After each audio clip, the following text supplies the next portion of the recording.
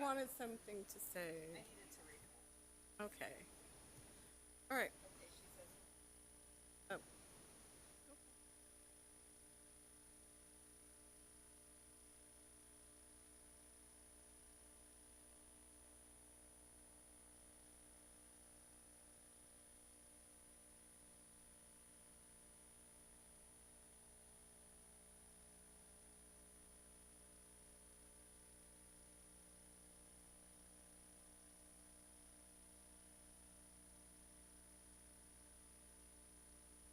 yes, not quite.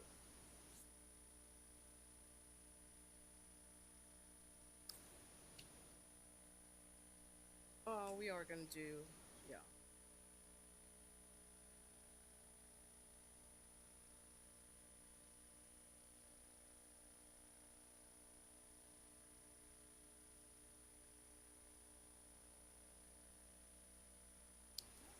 We're all good.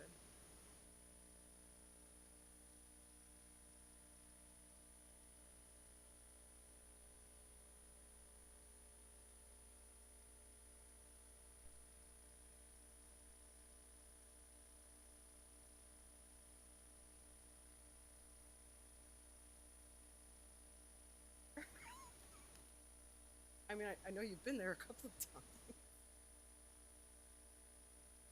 Yay. Okay. Are we all ready? A weak yes or a strong yes?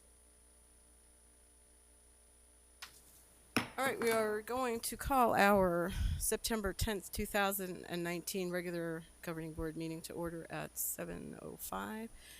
If we could stand, or roll call, all board members are here, and if we could stand for the pledge and also stay standing after the pledge for a moment. I pledge allegiance to the flag of the United States of America, republic for which it stands, one nation, under God. And I was just going to read something real quick while we were standing. We are on the eve of September 11th, so these words have been going around for a while. So this year at night, there were 146 people that went to sleep, got their luggage ready, packed really late. 343 firefighters went to sleep in preparation of their morning shift. About 60 police officers went to sleep, getting ready to roll. 8 paramedics went to sleep in preparation of their morning shift of the normal, saving their lives, right? None of them thought past 10 o'clock the next morning. So in one single moment, also, your life can be changed. So as you live and enjoy the breaths you take today, tonight, we're at the board meeting, we're together, and we're breathing. Go to sleep in preparation of your life tomorrow. Kiss the ones that you love. Maybe snuggle a little tighter. And never take 1 second of your life for granted. Make your moments matter, and I'm sure that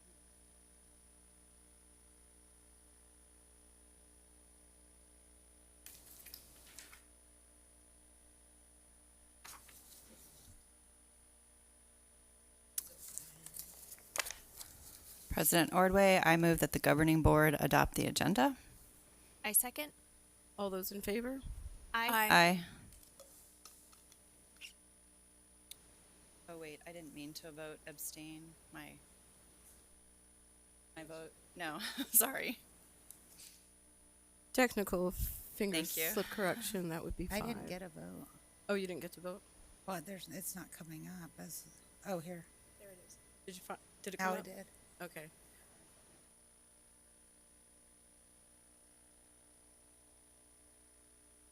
Apologize. So we're all good with 5 ayes. Okay, board reports. Ms. Tweedy? For tonight's board report, I wanted to clarify some of my statements when we were discussing board goals and to discuss a current event. If my comments came across and I in no way meant them to as if I did not want to work with the district administration, that was not my intent. My intent was that I strongly feel that the governing board should maintain its independence. And so in any goals that we were going to come up with, it should also reflect our independence, and that it's our job to be a checks and balance, and that's why we report to the public and they vote us in and we're not appointed.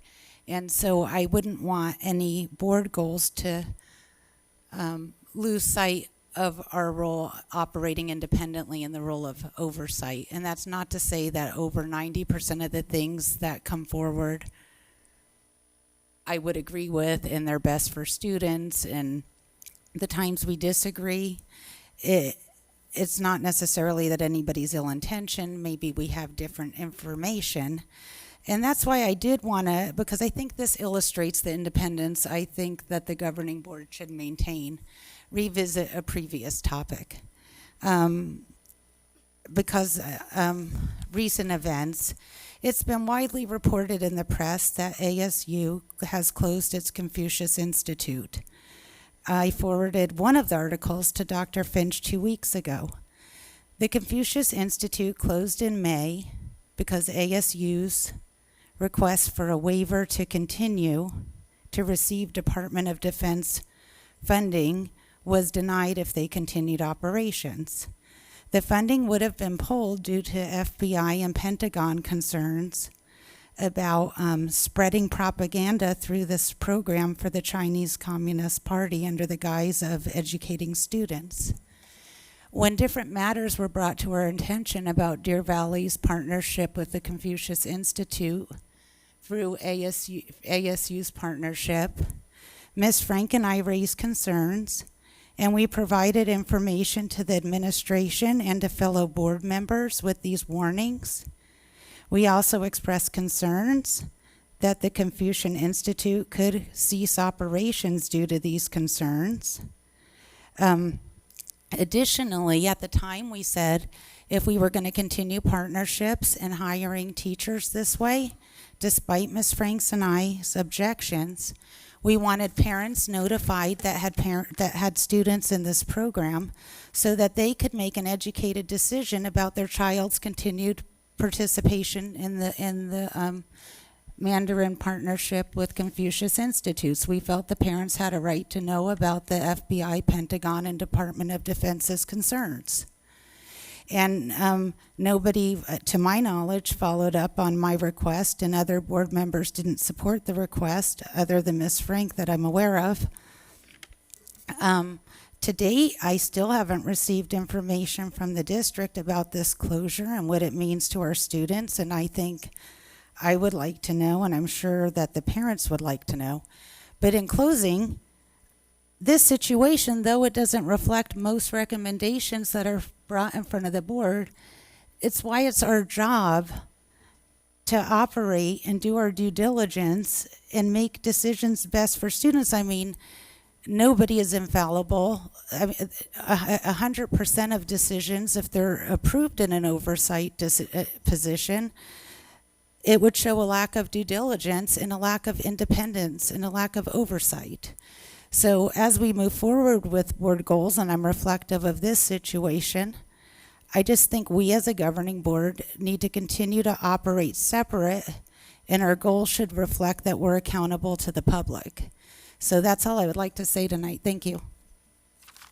Thank you, Ms. Tweedy. Ms. Frank. Okay. Well, I'd like to start off my board report giving a shout out to curriculum and instruction. Last week, I attended a training at the Arizona Department of Education on the new science standards, and I was surprised to see a familiar face. Christine Allred, our science specialist, facilitated the training. I was so impressed with the job that she did, and it was really great to see Deer Valley being represented at the state level and being represented so well. So that was a really nice surprise for that training. I'd like to give a shout out to Sierra Verde. I attended their business partner breakfast this morning, and it was great to get a tour of their STEM lab and to see all of the really, really exciting things that are going on and happening for students at Sierra Verde.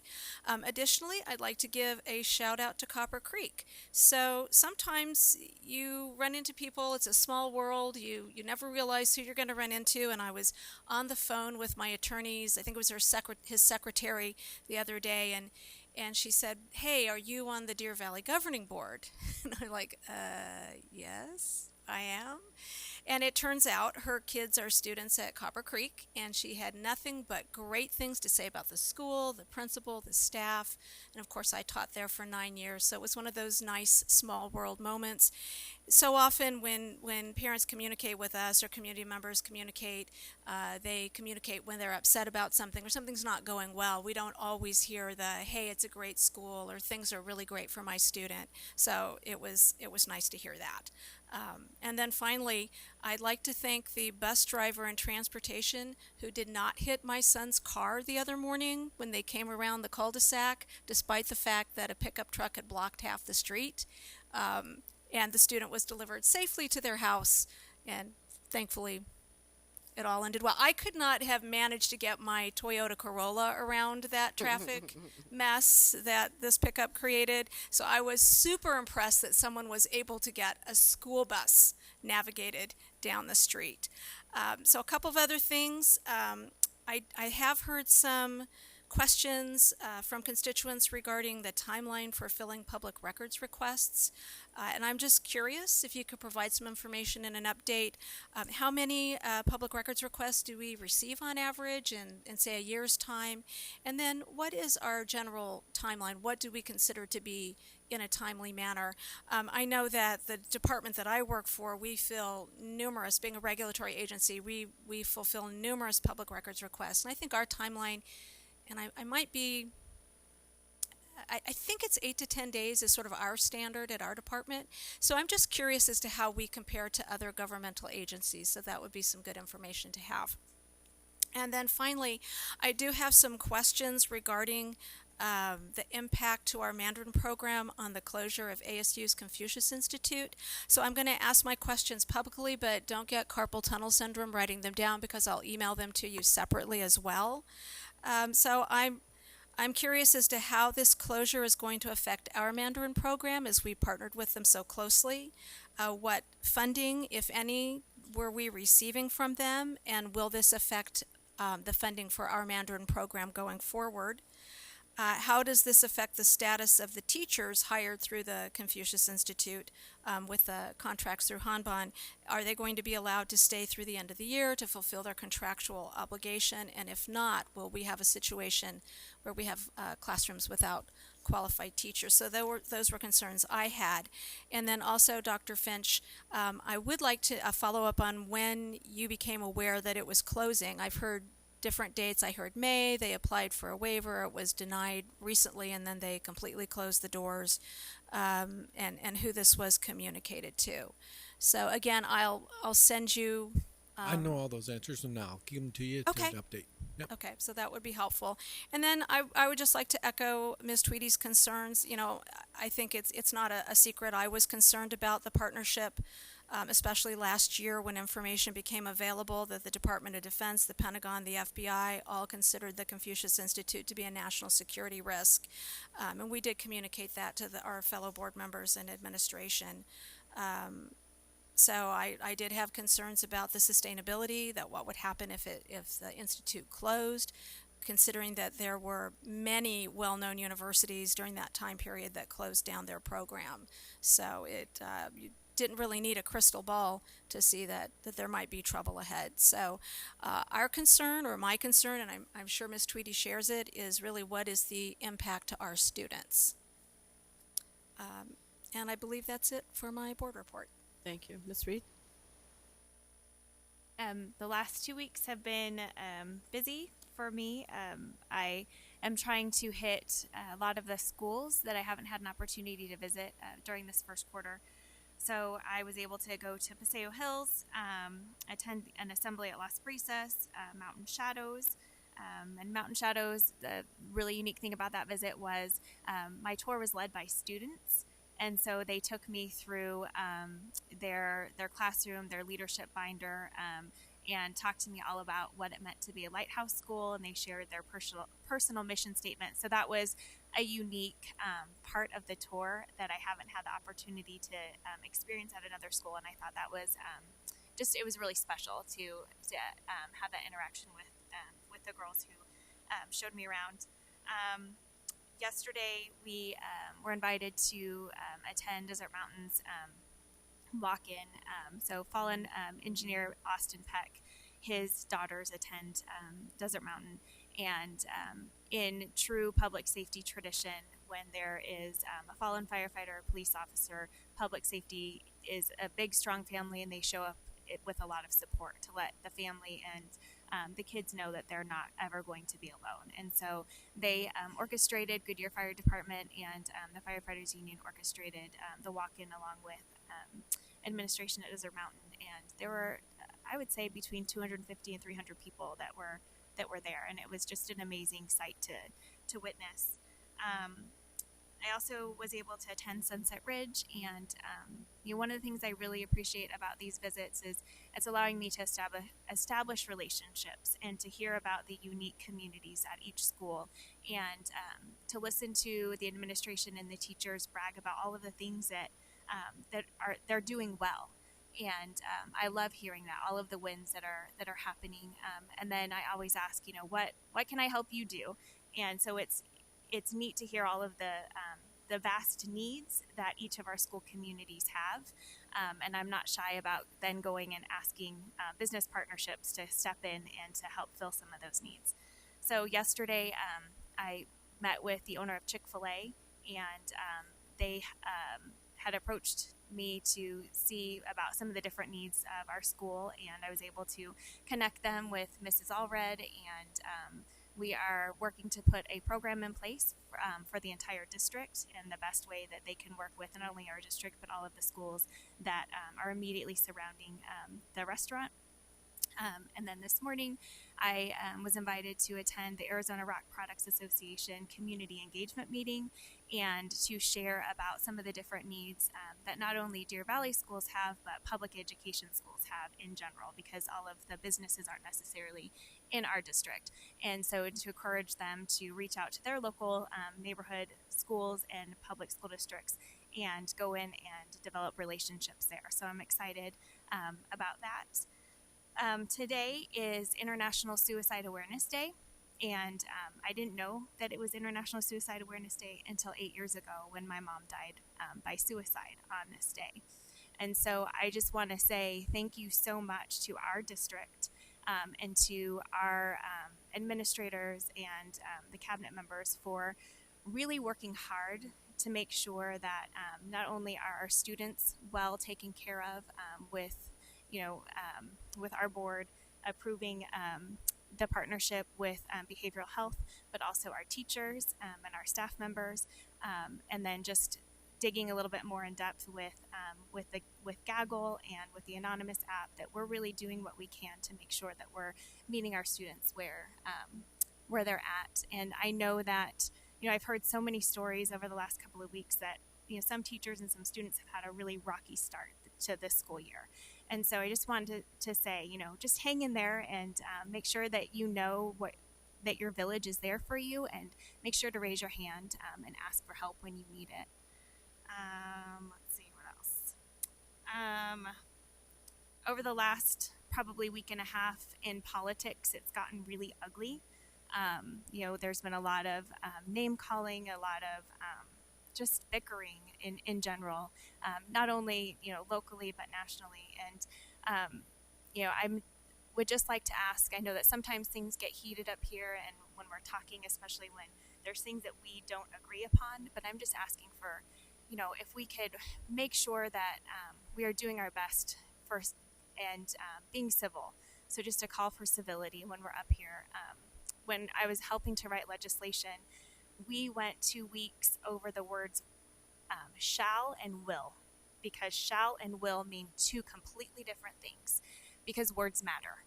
And so when you say something, when you're calling somebody a name, or you are putting down what somebody looks like, or you are making fun of them, or making fun of the way they talk or the way they act, those words matter.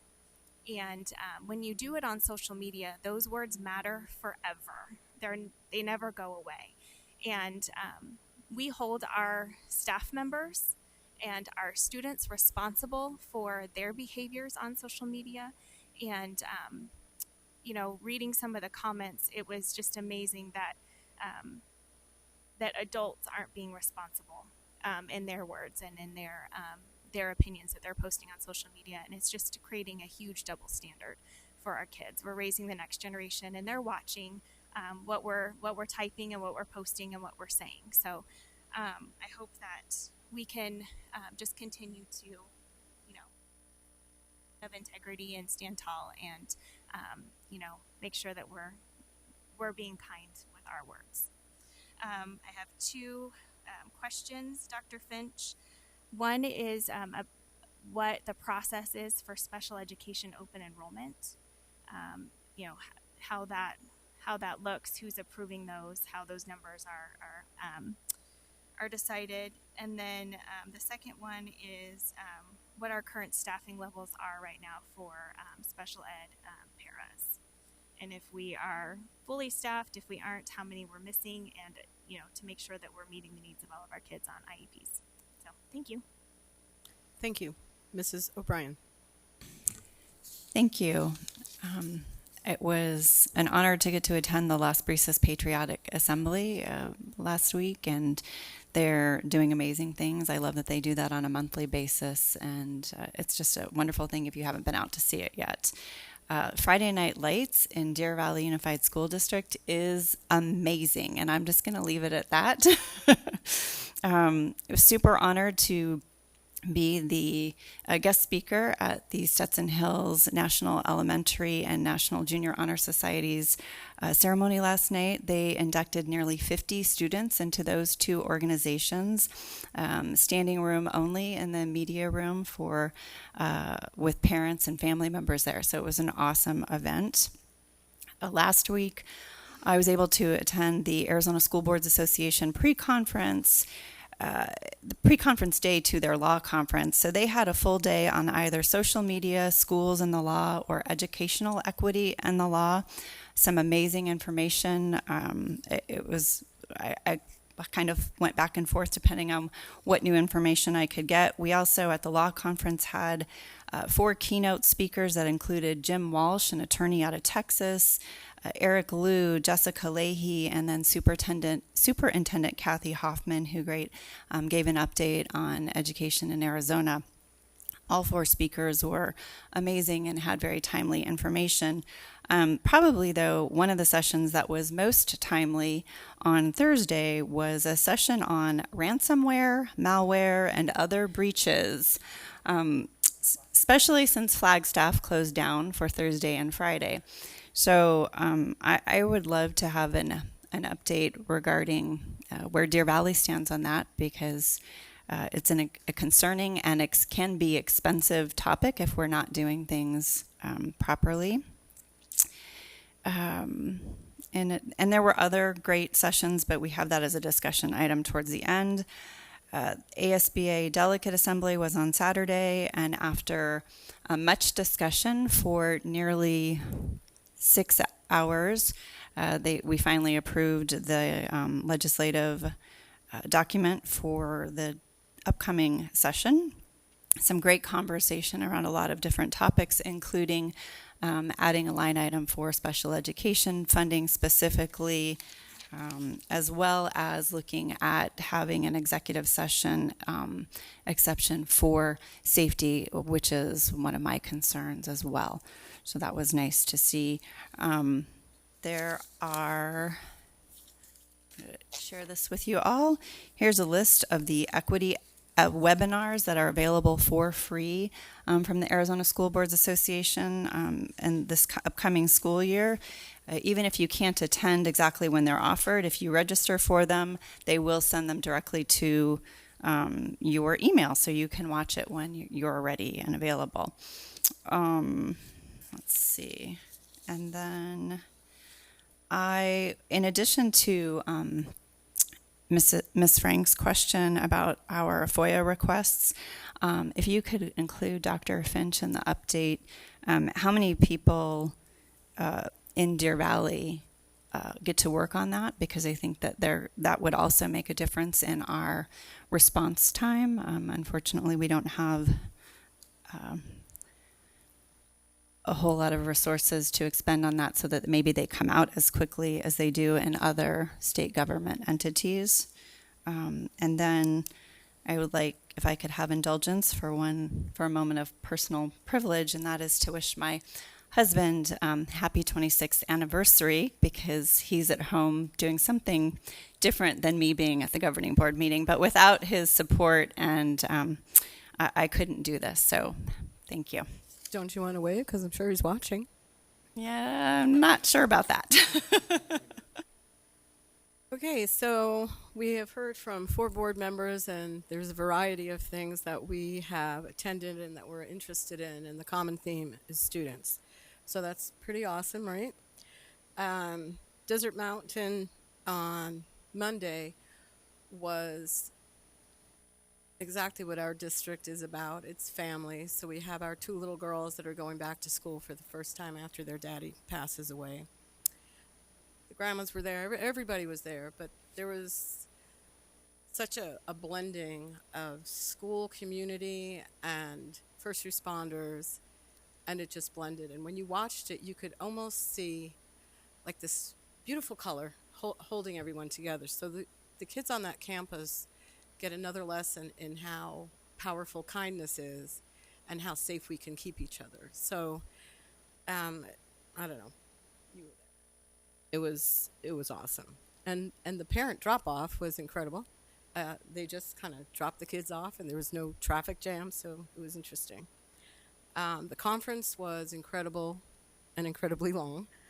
I don't sit still well for 16 minutes, nonetheless 6 hours, but I did. So we are going to, for our discussion, we'll talk about some of the topics, and then we'll decide on things that we want to have a study session on, so all the members of our board can be privy to that, and members of the public can see what it is that we're spending our money on when we get our professional development. There's always a surprise. The surprise this time was Eric Liu, I think. He talked specifically about the ugliness that's been out there, no matter where you sit in a seat, and that first and foremost, we're Americans, and we should pretty much act like that. We're all on the same road. We may be trying to get there a little bit differently, but as Americans, we should be respectful of each other's words and also sometimes each other's feelings. And you can get a point across that you don't agree with the other person without denigrating them. Usually works better to come to a compromise.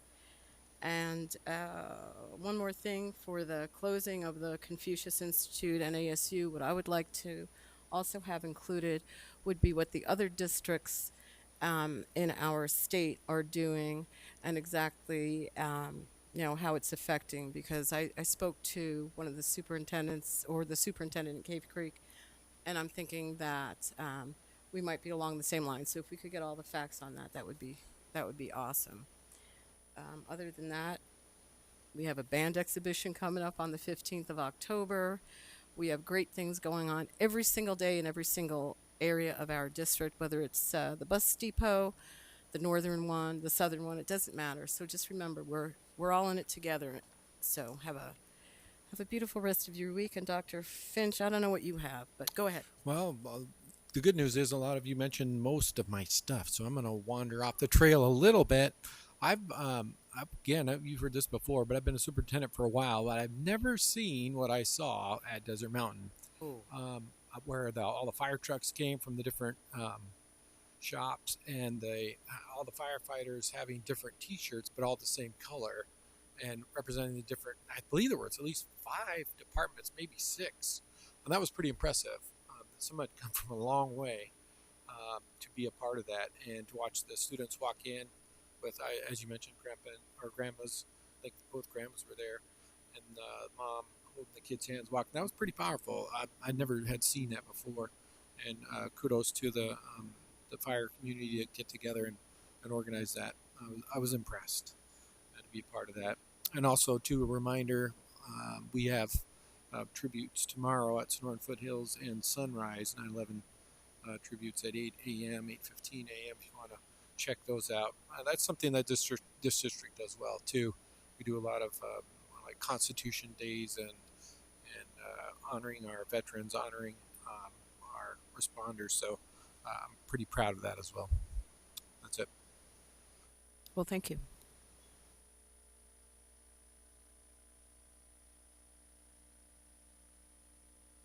It's Heather with Finance Report.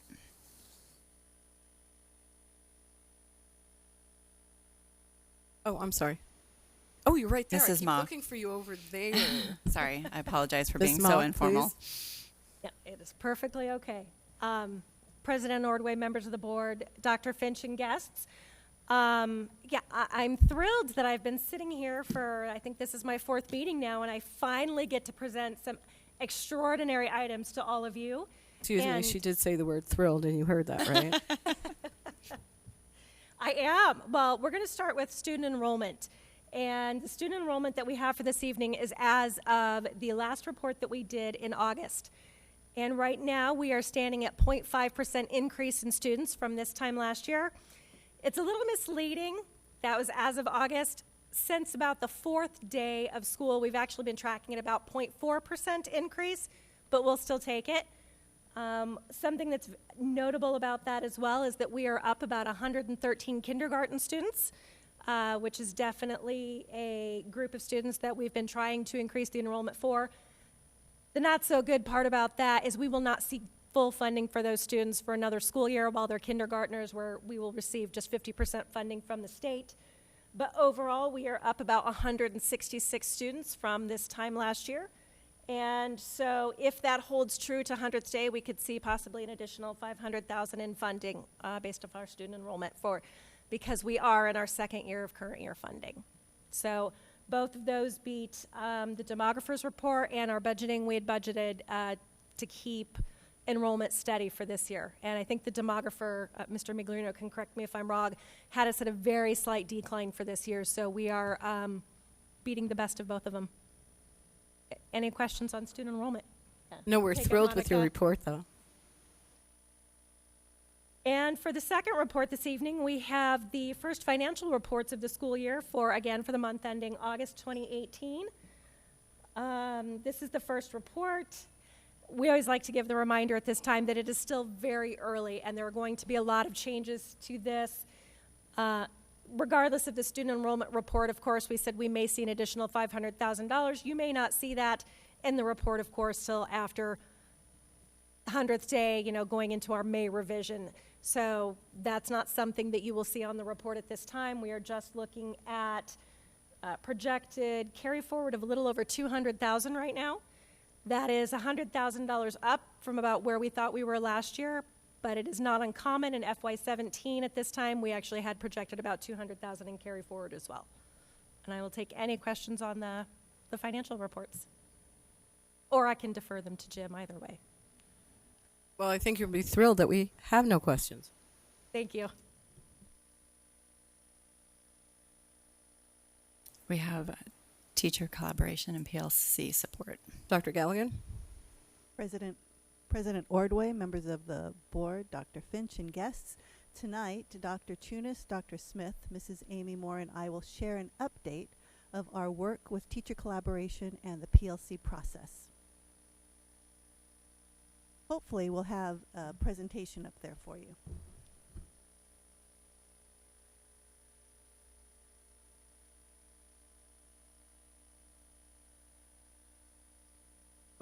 Without that, I'll just talk to you for a little bit.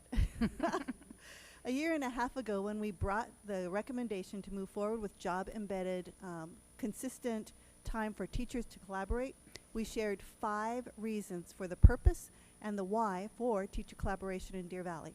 Each of these reasons are becoming data points we will use to measure success. And you can take a look right there. There are 5 of them. One of the ones that we are working on consistently right now is to increase the academic achievement and growth for every student.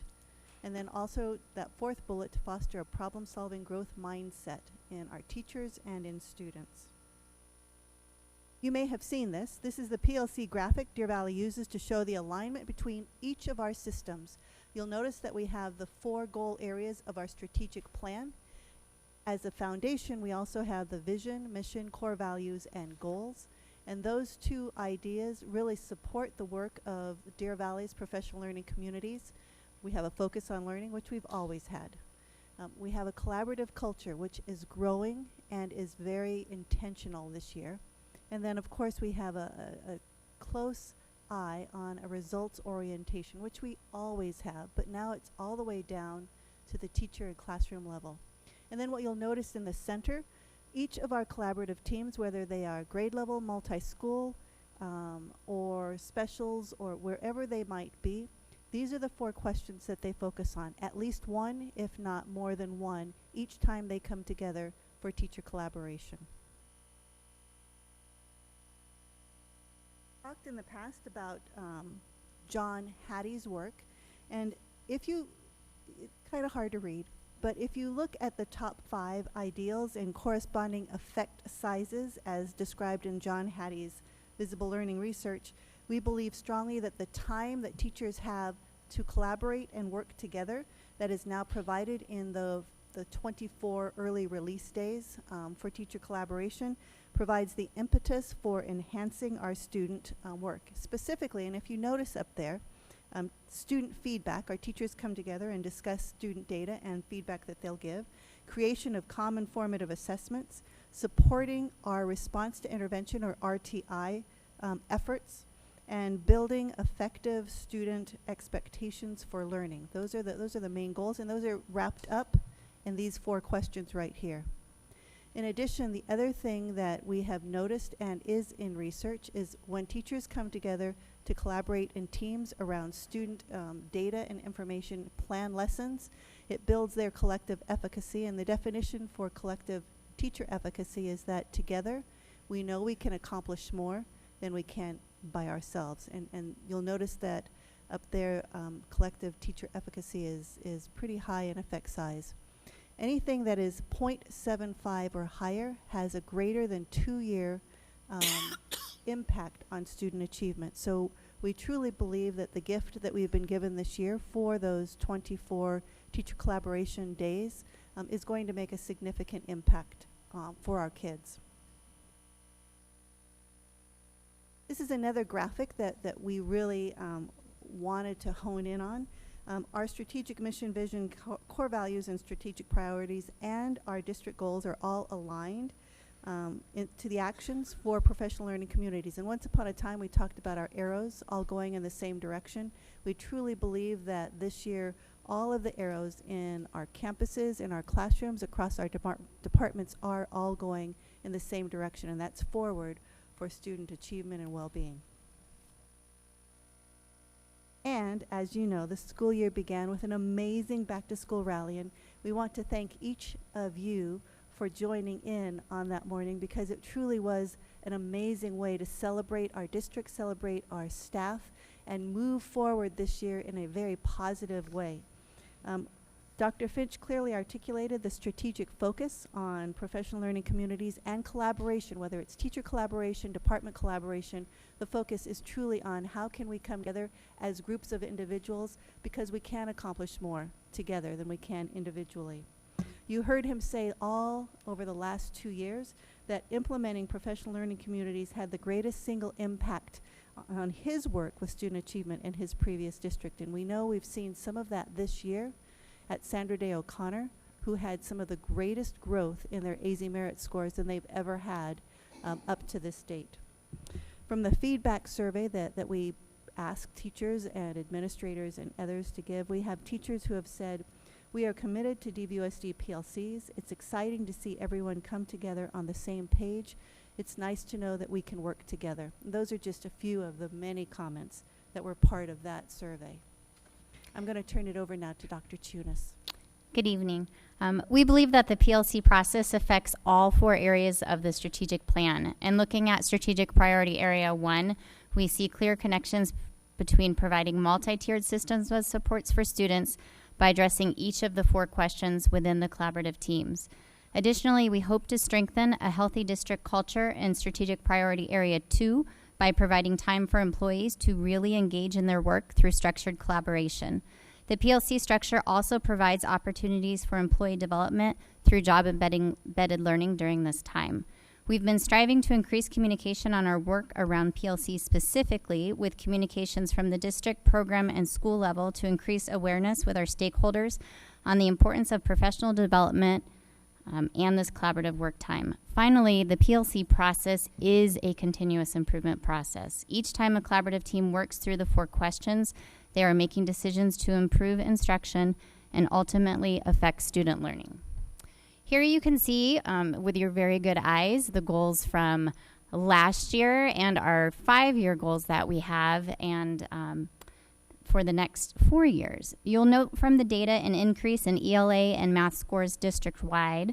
Our retention numbers for certified staff remained at 87%, and our classified retention numbers increased from 81 to 84%.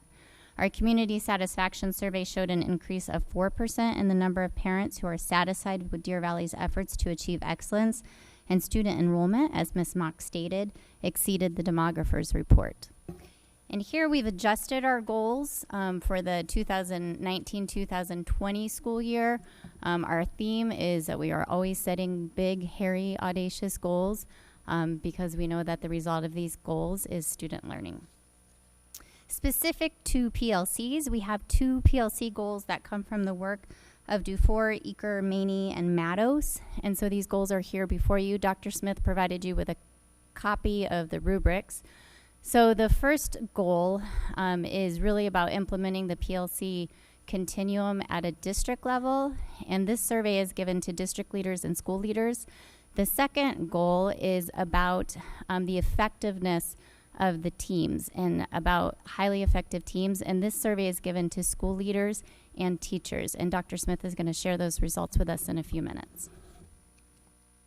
Implementing 24 early release PLC Fridays was not a simple endeavor. In fact, we took a whole year to get it figured out. That planning and preparation has paid off. Last year, when we talked about this move, we formed a PLC logistics team who worked their way through each of these and many other areas to smooth the start of the school year and limit the number of potential challenges that we felt could occur. One of them was providing childcare, affordable childcare for our students. Childcare, to the best of our ability and through the Herculean events and work of community education, has many looks. We have been able to provide childcare options through board game enrichment clubs. Now, that was offered at any campus that had a minimum of 8 students enroll, and for the first session, and these sessions work for about 6 weeks, we only had 3 schools that had the interest, and those schools were Bel Air, Constitution, and Esperanza. Our next session will begin in October, and again, Bel Air, Constitution, and Esperanza will also have the board games. Their enrollment for those games has gone up.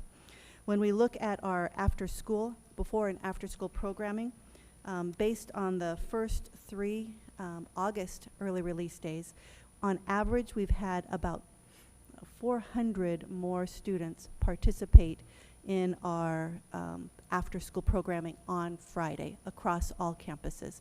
So we're kind of full on Friday afternoons with our teachers. But I have to give kudos to Barb Irvin and her team for working very carefully with both our staff who have children and our parents who have children to provide as many options and opportunities and affordable ways for childcare. In addition, we developed an aggressive communication plan beginning last spring and going into this summer. Entering the summer, parents received this flyer that you see here, and then they also received the same flyer in the back to school bags, and it was posted on websites. So we wanted to make sure our parents had as much visual information as possible. They also received in July a school messenger from the district as well as from their campuses before the school year began, just reminding them, welcoming them to the new school year, and then reminding them that we would have early release days, different than last year. And then in the month of August, Monica's team sent out a school messenger every week on Monday just to let parents know this is what teacher collaboration is about, and it will be this Friday. Our campuses then on Tuesday or Wednesday, sent out their own school messenger information that explained what their teachers would be doing on the early release, and that happened every single week in the month of August. We are happy to report that there was only one parent in all of that time across all of our schools who said they didn't know about the early release date. So we feel that the aggressive push for that communication was beneficial.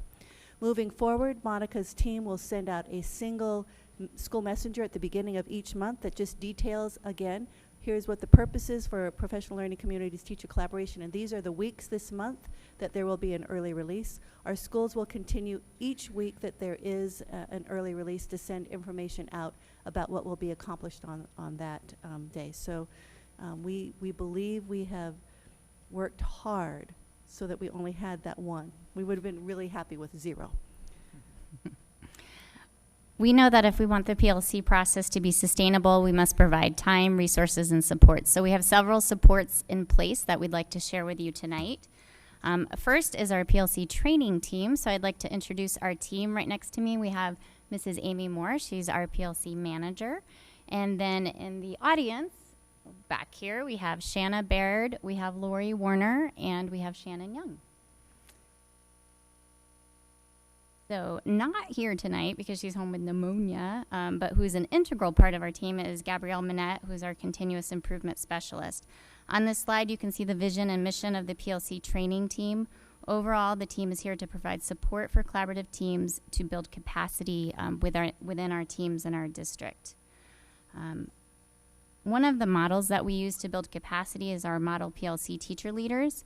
Each school, depending on the makeup of the school, chooses 1 to 2 teacher leaders to serve as a model PLC facilitator. The model PLC teacher leaders are provided with resources and training on effectively facilitating a collaborative team. The program began last year, and 37 of the model PLC teacher leaders chose to continue in the process for the second year. So we'll begin meeting with them next year, in which we will do a book study with them on Make It Happen, which is about coaching the PLC process, and then our PLC training team will push in to observe the model PLC teacher leaders while they're facilitating a collaborative team and to provide coaching support for them. In addition to the second year model PLC teacher cohort, we currently have 21 first year model PLC teachers. And we're hoping to have some of them share their journey and the process in the spring when we come back to report out. In addition, the PLC training team is working directly with specific multi-school collaborative teams, developing resources for district staff and stakeholders, and providing school and teacher support. In fact, today they had a collaborative team meeting. It was a multi-school meeting with 7th grade ELA teachers, and one of the teachers at the end of the day noted that the staff development helped the team to identify learning progressions, use rapid response to create a common formative assessment, and unpack standards for clearer instruction. And if you know this work, you know that is deep work to do in one day. In fact, as she skipped out the door, she said, "I love my PLC team." So there's good, exciting things going on. And in addition to the support from the PLC training team, we're providing support for the PLC process across all of our departments. A few of the highlights include work being done between administrative leadership services, data analysis and organizational improvement, and curriculum instruction and assessment. To highlight a few areas, all 3 of our departments share a common department goal, all focused on the PLC process. Dr. Galligan is facilitating an amazing book study on teacher clarity, in which several of our departments are facilitating. In fact, this room is full when we get together. From there, we take that knowledge, and Dr. Galligan presents it at our pre-K-12 meetings to our school administrators. And then in the spring, our PLC training team will recreate that book study with certified staff. Additionally, we work together on agendas to align common messaging for our school leaders during each of our opportunities to work with them. And principal supervisors coach principals monthly on the work of the PLCs. Finally, several district leaders are providing training opportunities virtually to schools. And you can see a picture of that here, and I think Mrs. Moore is going to share one of those opportunities as well.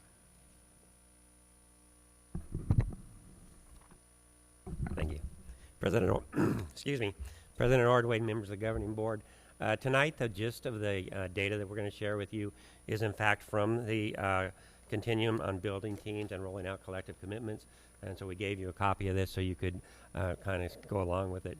The intent here really is to share this, is to take dipsticks of this over time so we can see how we're moving along this continuum, with the hope that as we do get more data points, where actually this becomes more left skewed as people move to implementing, to developing, and then hopefully in the long run fall and sustaining.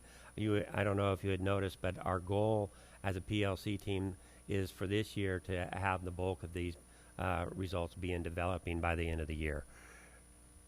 This is actually, we have 3 sets of responses, one from administrators, and then one from our model teacher leaders, and then one from our teachers. The administrators are the only ones where we do have 2 points in time. You can see from the beginning of last year and then at the end of last year how our administrators responded to identifying and honoring collective commitments here. And you can see, at least for me, it's beginning to move a little more to the right of the answers, which would make it more skewed left.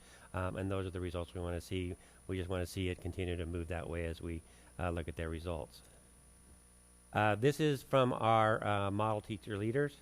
This is from first-year teacher leaders. So they're just beginning that process as model teacher leaders. And kind of my observation here is I believe this group is probably the group that's 100% bought in, and they took off gung-ho. And you can see it's kind of demonstrated here by you have none of them saying they're in the pre-initiating or initiating stage, and just one, or I'm sorry, 4 in the implementing, and everybody else says they're well along the road to developing. Here's our model teacher leaders for the collective commitments component. So there's 2 questions on this rubric, two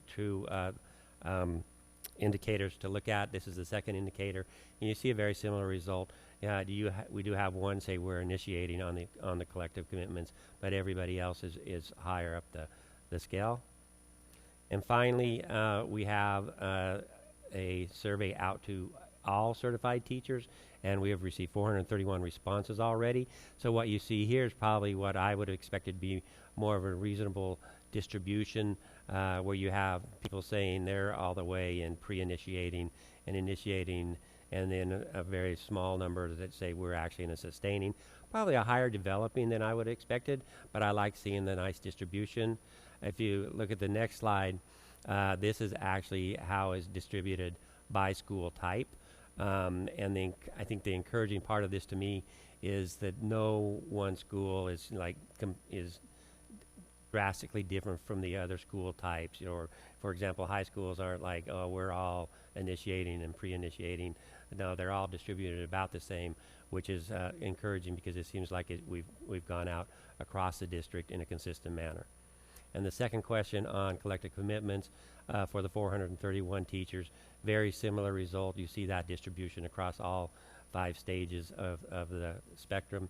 And then by school type again, go ahead and click. You can see again very consistent distribution across all the schools. Now this perceptual data is kind of what we have right here at this time. We have mentioned a couple of outcome data with academic results that we kind of we know happened last year. Our intent this year is to track that much better by knowing who the teams are, what teams are getting together, and we'll be able to track by team and even correlate this with where they think they are on the spectrum and the actual academic results that team got. I don't know if you've noticed at the board meetings, and I don't think it's even happened at a board meeting yet, but we will be recognizing individual teachers again this year for their growth. Next year, we're going to strive to make that teams of teachers, just to reinforce the concept of what's happening in these collaborative groups.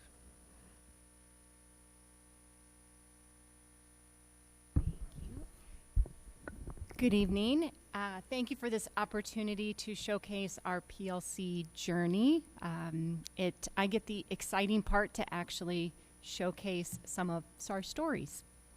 So the PLC momentum within Deer Valley, it's taking off. Showcasing this momentum are 2 relevant stories of collaborative teams. First, let's hear from some of our staff as they have have reflected on their journey this year. A few ideas that stood out to me within these quotes was the impact of having a collaborative team for a first-year teacher. As a new teacher, imagine that feeling of isolation and the unknown is now replaced with security and knowledge of an instant, same content team. Assessment. Teams are creating common assessment to understand the learning consistently across like content classrooms. And the key word, it's consistent. The singleton teachers within a school, such as librarians, now have a team that has, as the quote says, it has life. Next, some stories. So this is our counselor collaborative team. As we commit to all staff members being a part of a collaborative team, I'd like to highlight our counselors. I first met with the high school counselor team leads the week before school starting. We used Google Meet to come together to learn about collaborative teams and how it relates to counselors. Now, this was again the week before school started. You can imagine their minds were on scheduling of hundreds of students. These counselors were gracious. They listened. They asked very deep questions about how the collaborative teams can relate to them. Their first task was to create a SMART goal for their year. They were asked to think about how counselors could use what they do but still focus on results for our kids' student achievement. Here was their SMART goal.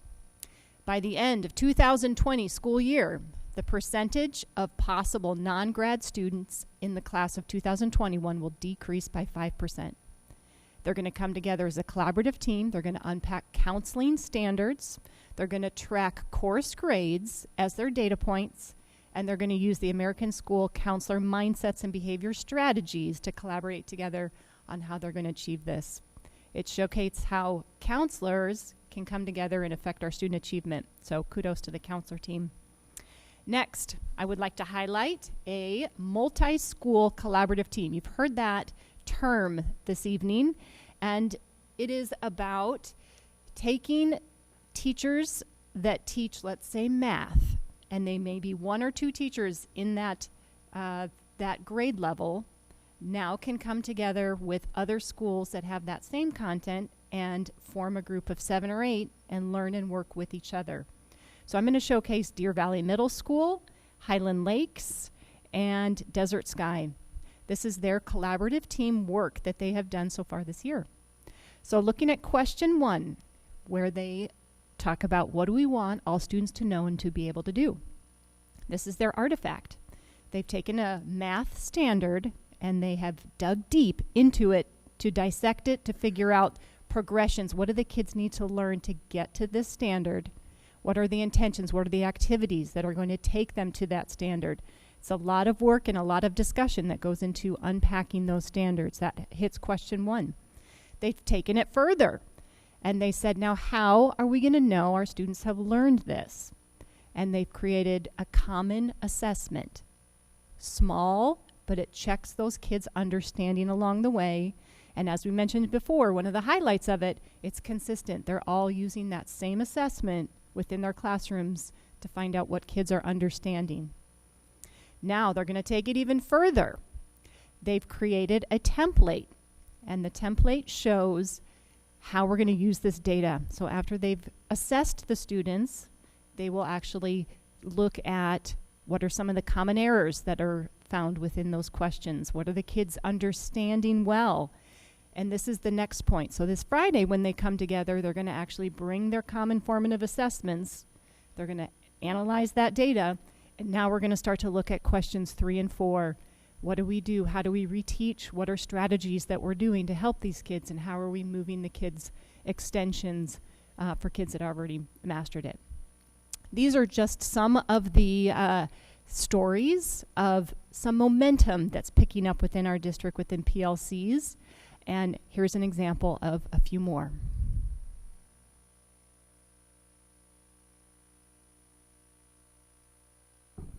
I think we can blame Dr. Finch for this tweet explosion.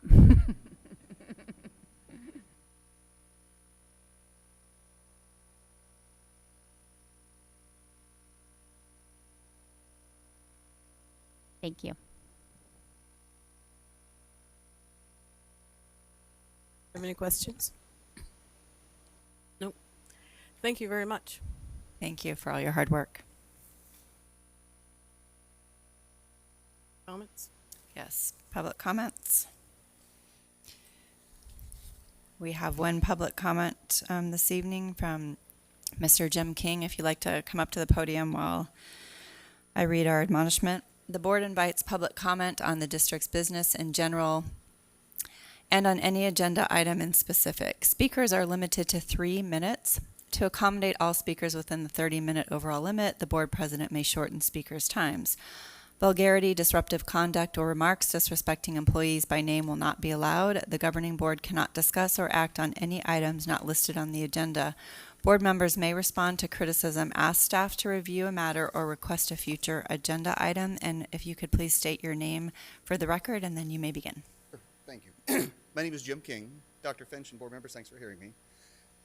Bottom line, what I just passed to you guys is email trails where I am trying to get Hillcrest to open up practices so I can watch my son. 4 years ago, my son, who's now a sophomore, played on the 7th and 8th grade volleyball team under Coach Heath.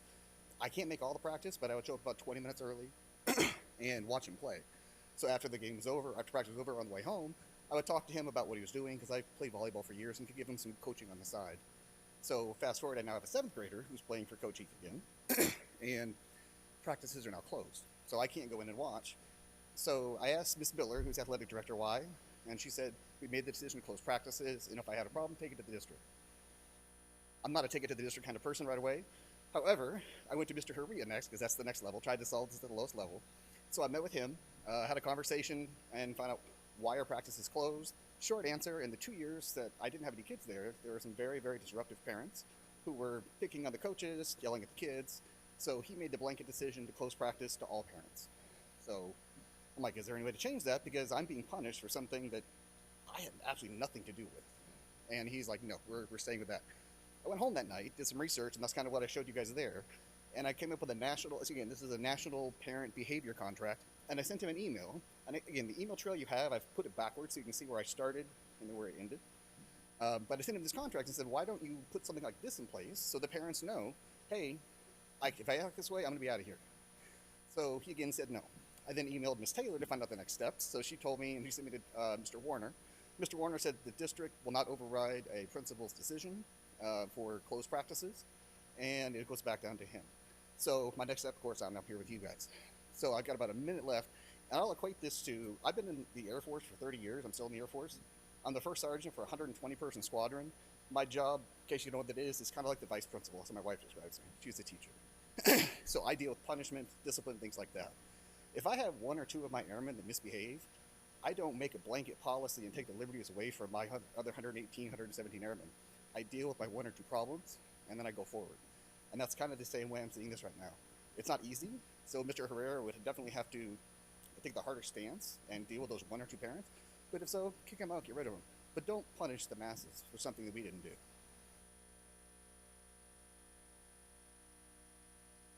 Thanks. Thank you for your comments. Can you provide us with some information on this? Sure. And follow up? Thank you. Dr. Finch, is it possible to have Mr. Warner reach out to the athletic directors and see how many schools offer open practices versus closed practices? Sure. Thank you.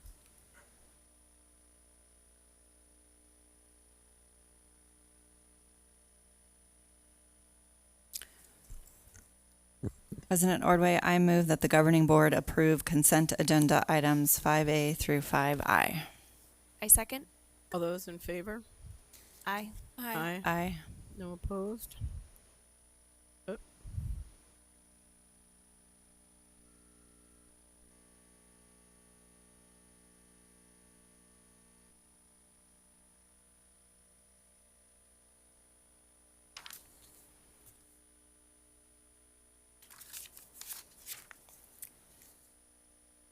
Employee travel. I move that the governing board approve all employee out-of-state travel per governing board policy GCCE.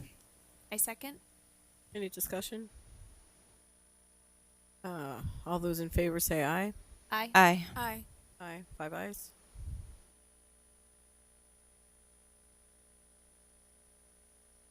I move that the governing board approve board goals for school year 2019-2020.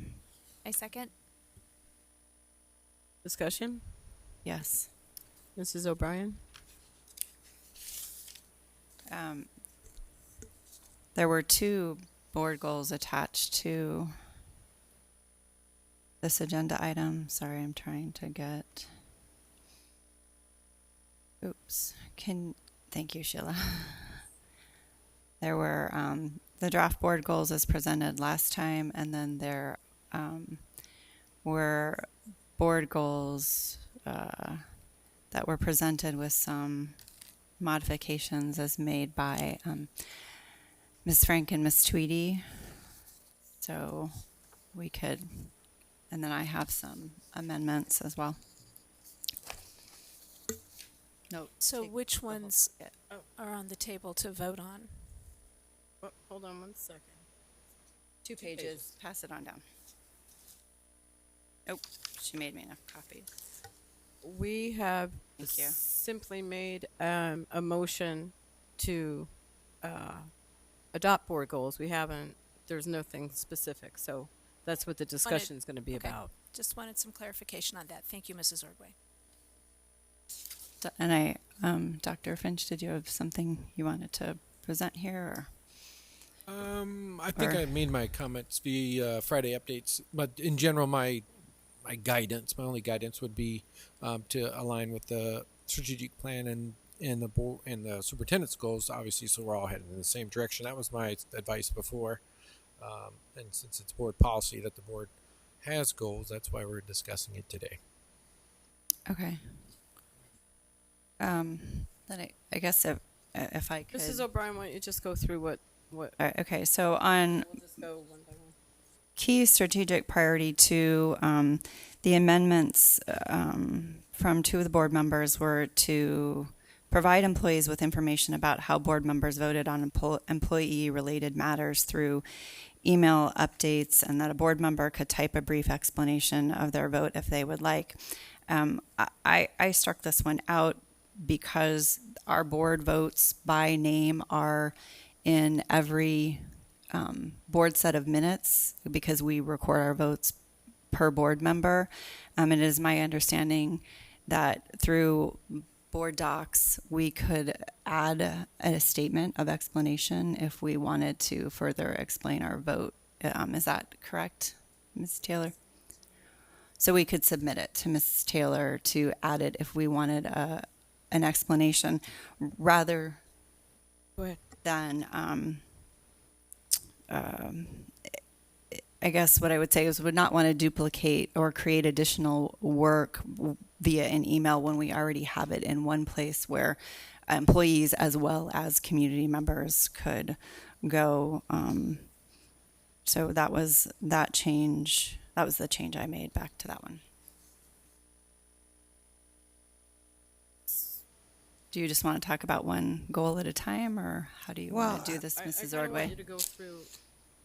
I would like everyone just to go through it, and then, or do we want to do one at a time? It doesn't matter to me. I mean, if you want feedback on your, Why don't we just do that then? Okay. it so might be easier than To do which?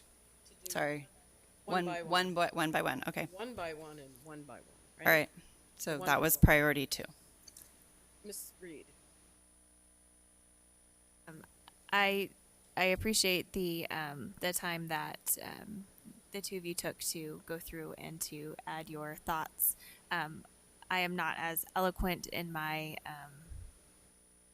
my thoughts. I just have them written down on a piece of paper. I wasn't able to get to my board update until yesterday. I had a kiddo in the hospital all last week, so I was wearing my mommy hat only and not any other hat. But I kind of echo what Mrs. O'Brien said. I don't want Mrs. Taylor to have to do work twice. I appreciate trying to make sure that that employees know what our votes are. I think that that's important.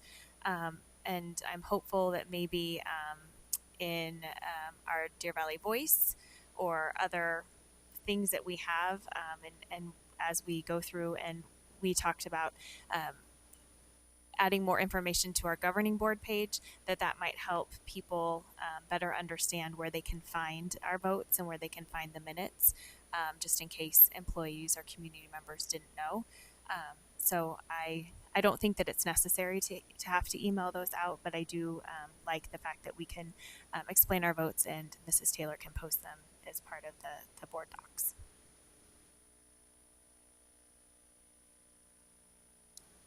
I was just going to add for that. I think that the explanation would be the explanation that we give when we're sitting on the dais.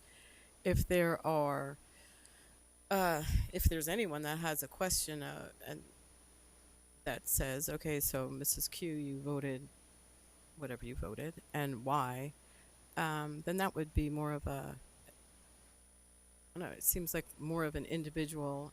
I sent you an email and now you answer me, because if we are going to get into all of the explanations past what we're saying on record, then it's more of a conversation to go a little bit deeper into it. We have them recorded, we have minutes made, and maybe we just get a little bit more detailed when we make our explanations. That's all that's what I'm thinking. Yes. Most people that I've come in contact with, and a lot more of the people who fill out this survey, to say you strongly agree or disagree with the statement, I am confident the government board thoughtfully considers decisions. A lot more people take that survey than have ever watched our meetings, and nobody I know knows how to pull up the agenda and who voted which way. It's not widely circulated.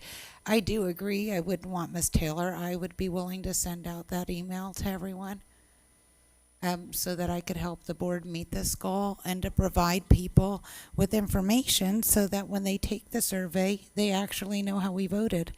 I don't know. I mean, last week we discussed if it's important to have a valid survey instrument or just trend data, whether the instrument's valid or not. And then now I'm saying I would just like people to have information, but also to have the accountability piece that we're talking about, relations with employees and the culture, that they know what we're doing and how we're voting. And so most people don't know how we vote. We could test that. I mean, we can just go ask people, but I guarantee you most people don't know. So you think that people that aren't already finding the information are going to then read another email and find the information that way?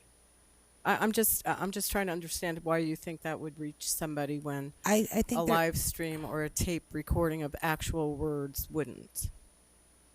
I think you're more likely to see it because it comes to you. Then they're going to go to the district. They're going to go under the governing board link. Then they're going to go find the board doc links. Then they're going to go find the past agenda link. Then they're going to know what board meeting it happened at, and then they're going to click on it. I just would like to give the public as many ways as possible to know how we vote on issues. I mean, they have a right to know that, and I know the information is public. I'm not suggesting it's hidden, but I'm suggesting it's not getting to people. We actually send out the link to the board meeting to every employee after the meeting, so they can click right on it right away if they want to watch it. We may try to make it easy. Yeah, I'm just trying to figure out if we're trying to put votes in categories, or if we're really are we doing it meeting by meeting? Jenny, you were that was So part of. I think what Ms. Tweedy is getting at, and I would concur, is that, and I know as an employee, I came to board meetings, but board meetings I didn't attend, I did not have time to sit and watch a 2-hour meeting, or to go find the minutes, find the links, find the minutes, go through it and look that way. I think it's more of a summary, because not everything in the meeting obviously is an action item. So if we're looking at the action items and the things that we voted on, then I think the public does have a right to know and have the information easily available on how individual board members vote. Because at the end of the day, it's the stakeholders and the community members who are going to determine, who are going to evaluate the job that we're doing.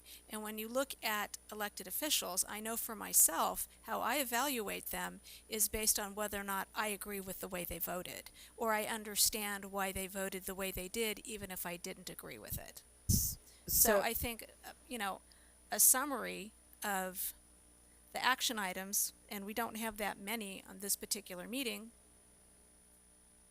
would be a good thing to make, whether it's in an email or whether it's posted on the governing board page in a place that's more easily accessible and understandable than reading through all of the minutes and trying to pull those things out. So a few years ago, maybe 2 Monicas ago, we did have someone named Mrs. Hicks that used to do that type of a summary. She didn't summarize our words.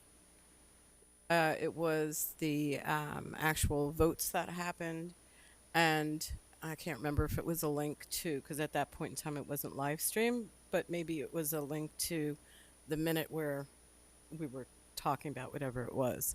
So there was a summary, but there was no Sheila summarizing what I thought when I voted or you thought when you voted. It was simply, here's what the item was. The action item A, whatever, 5 ayes. This is, what the explanation was because we said it. It wasn't her interpretation. So I think that was sent to, help me. I think that was sent to, it was sent to the employees because they got that every Wednesday with glee. They got that every Wednesday, and you all read it. So in the beginning, as to how, Dr. Finch, we would do that same summary for the community. I don't know how you would do that. But that sounds. Go ahead. So if you go into board docs, what Miss O'Brien's talking about with the agenda and stuff, is it possible to get a screenshot of that and just put it on Twitter and Facebook under the Deer Valley thing so everyone can see it that way? To see the summary that we're going to do? The or vote summary that's on board docs, you just do a screenshot and post it? Could it be that simple? I mean, because I'm wondering what that... I think it could be action item, what the action item is, how people voted on it, and then a link to either the minutes or the live stream if people wanted more information about what that action item was or wanted to hear people's thoughts during the discussion. Then it's on them to go further. But I think just the basic information on how we're voting, I think that aligns with transparency, with community engagement, with all of those things. Yeah, I'm sorry. I was going to say, it absolutely would be helpful, and it's not that we haven't been transparent. So this is going to make it more. I wasn't suggesting that we weren't. Sorry to interrupt. It's one of those words that drives me nuts, is transparency, because it's used so much. Anyway, but I'm agreeing. And first, Mrs. O'Brien, Ms. Reed. Got to look to my right again. I would agree that if we could take a screenshot of our votes afterwards and some within the next 48 hours or so after our meeting, and we could each post them on our district Twitter. I'm fine with that. And then I know that in Vibe we have a running topic list of all of the things that we discuss, and it's done by Friday update or by governing board meeting, right? So maybe we can take something like that, since we already have that, and update it. No, but we could update it somehow on our governing board page. So if a parent or a teacher or a community member wants to know when we talked about bullying or when we talked about the school calendar, they could go and read that document, and then they could find the dates it was discussed at the board meeting, and then they could pull up that board meeting. Is that helpful? And then if I could just clarify, Ms. Ordway, it was not my intention to insult anyone by using the word transparency or to suggest that we weren't being transparent. Okay. Dr. Finch or Mrs. O'Brien, I'm sorry. Go ahead. That's okay. I just was going to say, and maybe this, I don't know if this helps, but the minutes of a meeting on an action item not only show exactly how board members vote by name, but additionally, the times during the meeting are put by each topic, so that if you wanted to go find out what was the board discussion on the school calendar to hear specifically what one of us said, it's not like they have to go dig and search for it.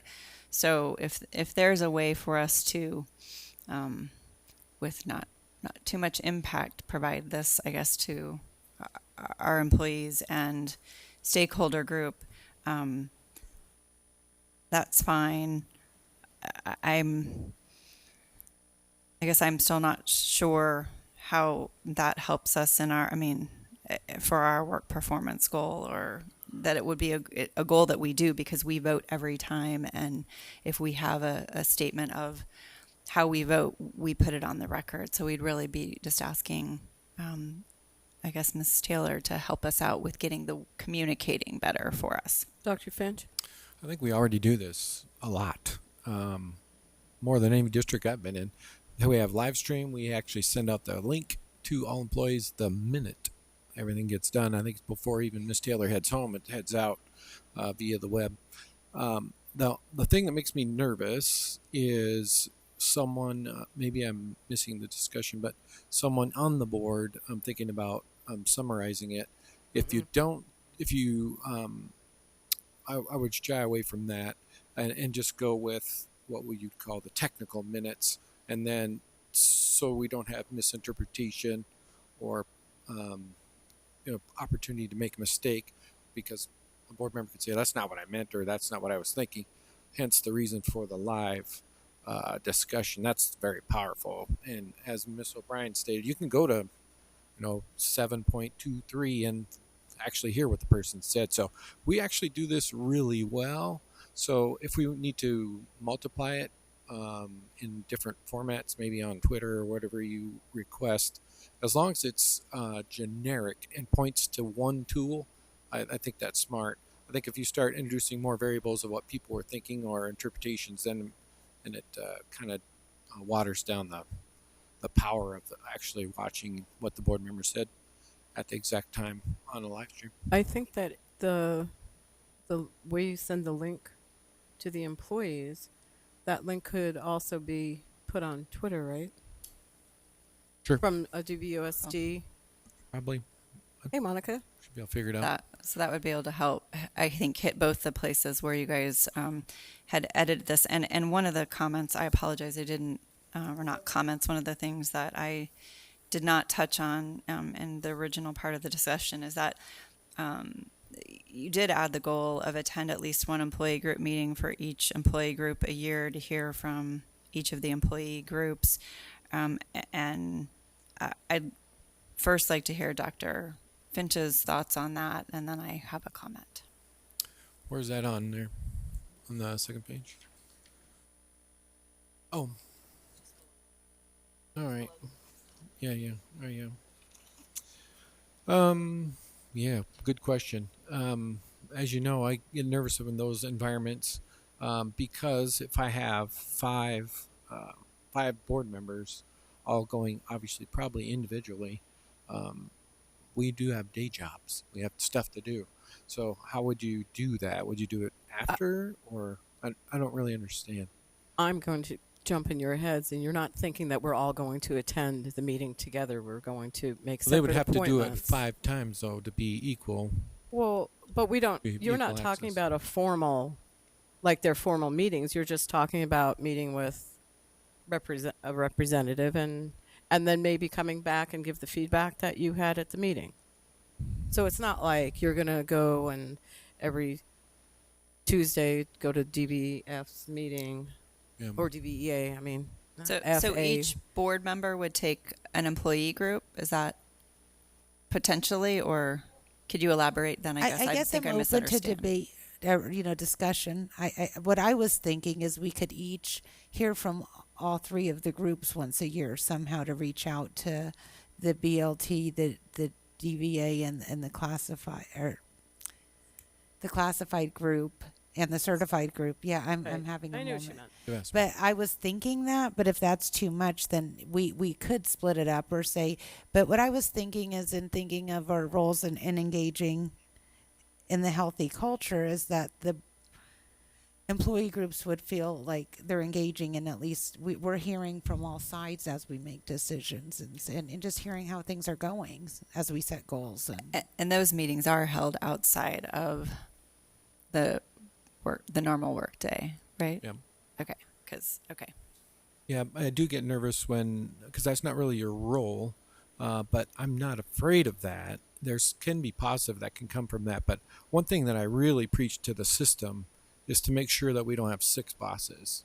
And that's one thing that could be confusing to a group. So my only advice to the board, if we ever head down this trail, is that you're really in the listening mode and gathering information, bringing it back to the team, that kind of concept versus saying, oh yeah, I can take care of that. Or because when you start doing that, and I've been on boards that do that, it turns into a mess quickly. Yes, sir. So what? Concur. So in that portion of the goal, we're not necessarily looking for the monthly or bi-monthly, whatever the formal meetings are. If we wanted to meet with DeVespa over a bagel and just hear what's going on, then that would also suffice, correct? I don't think that you guys were looking for attending the meetings, unless, of course, you wanted to. You could but if you were could. invited. I mean, Well, or we're it could always be- Or invited. it could be a less formal what you described, and I think it's a good opportunity for employee groups to get to know us, not just as board members, but to get a sense of us as people. Because I know when we were first elected, BLT invited us to just meet with their Board. with their cabinet, their Yeah. board, and I think some of them had heard a lot of things about the two of us that may or may not have been true. And I think when they met us, it changed the picture or changed some of their minds about who we were and Jenny in left a her positive broom way. at home. No. Well, it was out of service. Stop. It's not October yet. Bring in that Halloween So stuff I in think again. it gave them the opportunity to see us as people, and Right. Okay. we're up here making decisions. And I'm just So- thinking that I have a relationship with all three of them, so it's a great idea. So it's not new. I mean, I don't go to the meetings and tell them what to do or tell them how to tell you what to do. I just assimilate the information. So is there anyone? So we're not trying to make you nervous. We know that in the past there might have been board members that have done that, but I don't think we're the 5 that are going to do that, right? Well, I'm not out to fix everybody's problems. I can barely fix my own. Awesome. Okay, So, I like mean, that. it would just be to let them meet us, get to know us as people, hear their concerns, Or hear what they're happy about. or hear Right. what they're happy about. Yeah. Excellent. Absolutely. Okay. So this is not for you to be afraid of. And I think it matches with making people want to take the survey and checking the box. We know what they do. Box. Clarification, because I Oh, think it'll I'm be sorry, yes. it'll be on the second part too with the stakeholder and the employee. Did we agree to do some form of a screenshot of our votes though, so they could just see it as a picture? I think what we're going to agree to is have Dr. Finch try to figure figure out that out. Okay. the best way to do that and then send it back to us, but it'll be some form Okay. of something. Because I was just thinking of screenshot, because pictures are just easier to look at than when you're asking people to follow. I mean, they could Right, follow. but the a link. screenshot you can't press. We Oh, want them to right. be able to be able Okay. to press the link In case they want more Oh, information. yeah, no, I was thinking that would be in the post above the screenshot, but it Well, doesn't however matter. they work Okay. it out, because they're Okay. really smart. That's why we All right, paid them all. But I guess my question would still be that although we want to do that to increase our communication and transparency, that this wouldn't be a goal for us. That it's just something we would ask them to do as part, because it's not us doing it. That I think it's great to increase our communication. I would remove it from our goals and then suggest, like for priority 2, that we keep the others, which means there are 5 options, and say that, if a board member does 3 of the 5 following things or 4 of the 5 following things, so that we can work within options, that is how priority 2 would look. So instead of a goal, you want to say that we came up with a really great idea? Yes. Sorry. And if it turns into 2 hours of work, I'm not doing it. Just saying. But again, I'm Every offering week? to Right, do if the it post takes and have Miss it in our Sheila goals. 2 I'm hours not- to figure out how to I don't screenshot think it's a and put it wise on idea to thing. have anybody from the board actually do that. No. We want something Employees. that's good for employees, easy access. Screenshots might not be the answer. It may be the answer. Let's do some more digging on it. If it turns out to be 2 hours of work for Miss Taylor to get something that the employees can easily get through a different format, then I know where you're headed with the concept, but let's. I don't want to promise something that I can't deliver. Well, So- then I'm not comfortable with the survey goal, because I don't want to have survey goals if we're not going to provide the information more accessible for people to make informed decisions on this. Right. We have, like I said before, we give our employees tons of access, tons of information, more than I've ever had in my 20 years of doing this. This is great. We have great access to how you vote, our board tool is amazing. The fact that we live stream is amazing. And so we'll try to find something that maybe we're heading down the trail that you're interested in, a more easier access. That's what I'm thinking. I'm not comfortable with the first then to change the survey numbers if we're not going to have in this format or some kind of. It kind of seems like this is maybe not going to happen, or we're going to decide it's too much work after we leave here today, and then we're going to agree to this, and I'm not comfortable with that.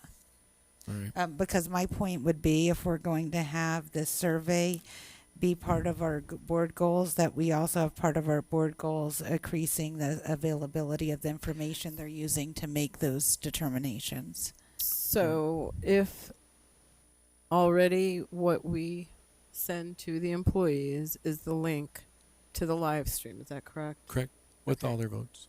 In addition to that, could be action item. Yep. The outcomes of the action item, the Yep. votes, I think that's doable. and then you're then that's done, because it's done, and that would be Yep. done for not only the employees, but it would be done Right. for maybe, if this is what you think works, DVUSD Twitter, because it's the same thing, and then everybody can see it. And you put I some- think screenshot is an idea. But I'd like to make it clickable. That'd be No, that's what I'm saying. Oh. The link Yeah. you have a Screenshots picture, are and then dead, you though. have the link. Yep. Right, but the screenshot would be the picture that is along with the Twitter, along with the Something like that. screenshot. Or sorry, with the link that somebody could click on. Yep. As long Right, as is it's, that what I hear you saying? Yes, and it So I don't sounds have so to hire simple, another I employee don't- to do this. We do not want you to hire another employee to do that. Okay. Most definitely. You know what they say? Once you do it more than 3 times, it's almost like you didn't have to do it, Nice. right? Spoken board by meetings are Miss left? Taylor. Just saying. Miss Reed. All right. I think I get it. Bullet point 1, 2, 3, 4, 5. Where are you? Bullet point 5 under key strategic priority 2. Yes, ma'am. At the last meeting, Mrs. O'Brien made a suggestion that attend a legislative district meeting or another community meeting. So I just want to add that in there, because I know that there's different community groups that are forming to go over bonds and overrides. Does that make sense? Perfect sense. Does anyone not think it makes transparent sense? Clear? But not necessarily. It says, Yeah. Oh, yeah, Yes. bullet necessarily. point 5, Sorry. it says attend a legislative district meeting prior to the November election to support the proper dissemination of facts regarding the DVUSD bond and M&O override. And then Mrs. O'Brien last meeting suggested that in addition to legislative district meeting, we also allow community meetings that we could attend to, like the PTSA groups or things of that nature. HOA. Give them something HOA, yeah. Not just the LD. other than their neighbor's grass. Yes. Right. Yes. It doesn't say anything about opinions. It just says support, making sure that the proper facts are out there. Right. I think it says facts, right? Right. Okay. I'm fine with that addition. Fact is a fact. Okay, where are we? So,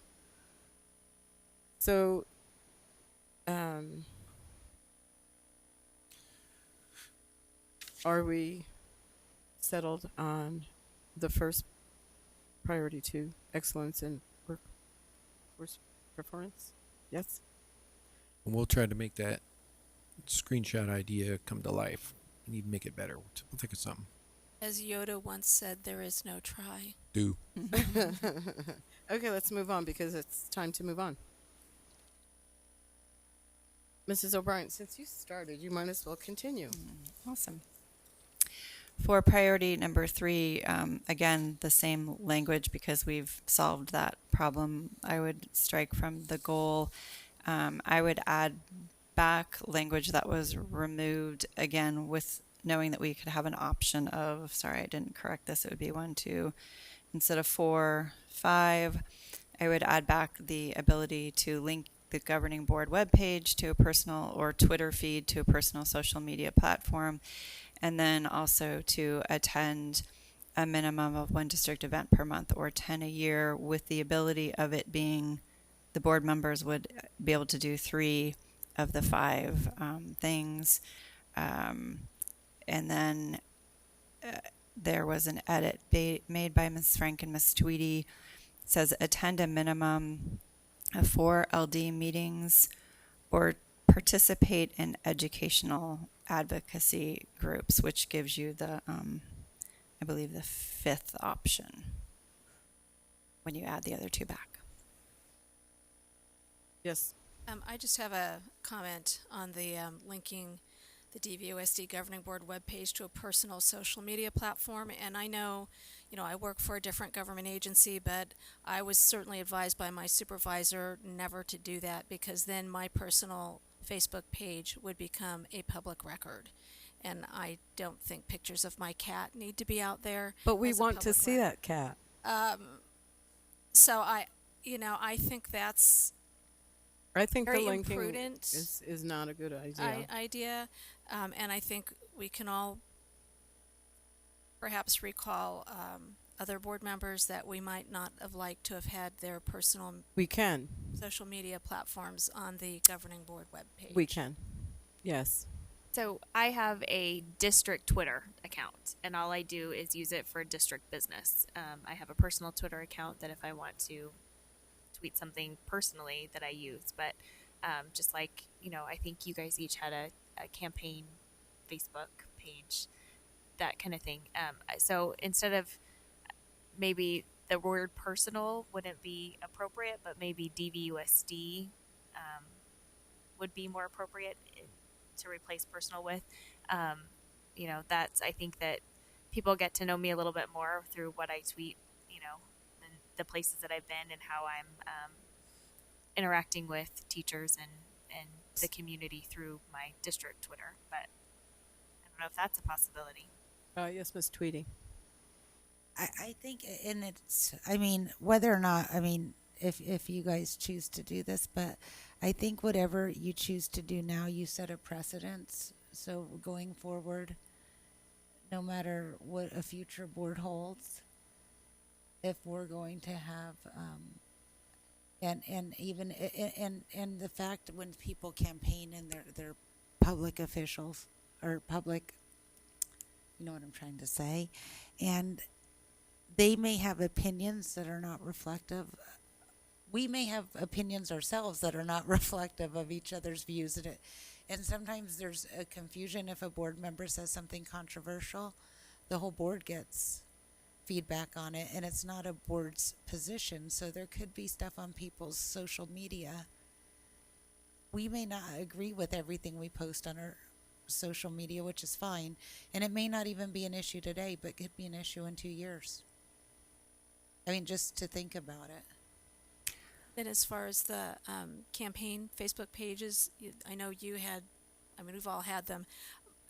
Mine is linked to my personal Facebook account. So those two pages are linked together. It's not a separate, it's not a district anything. So I'm just going to say, I mean, if the majority wants to put this in and the majority of the board votes for that, I'm just saying up front, I'm not going to do that. And I agree with Ms. Tweedy. You don't know who's going to be sitting up here in 2 years' time. There's an election in 2020. The board can change, and there may be people up here that you don't want their personal social media platforms linked to the district governing board webpage. And I would concur with Ms. Reed. We should remove the word personal, and it should be a district Twitter or page that they have. That was an oversight on my part. I apologize. And these goals are for this board, and can and will and maybe change next year. Correct. Does it say we have to, or does it say we can, or may? It's an option. We could just choose to do 3 of the 5, and so we all would have. Nobody would have to pick that one, or if we left it there as a goal for this board, and every every year board goals would be addressed by the board members at that time. Because, I'm thinking right now I have Twitter, but I wouldn't connect it to, well, no, don't touch anything with my Facebook. My Facebook is a happy place. I wouldn't connect Twitter connect it to the website. Yeah, no, I realize that there's a menu of options here, so no one's locked into choosing that one, but I feel I would be remiss in not pointing out that's problematic. Sure. So. And perhaps we can, no, it's okay, forget it. Where are we now, Mrs. O'Brien, since you're the one that's... If everybody is good on priority 3, then I think we could move to priority 4. May we move to priority 4? Okay. I'm going to start at bullet 3 and say that attend one, and I added back ASBA conference or school board member professional development session, because I think as school board members that was the intent of that goal. And then I struck the language from the first bullet point about provided the meeting date and agenda is agreed upon by all members.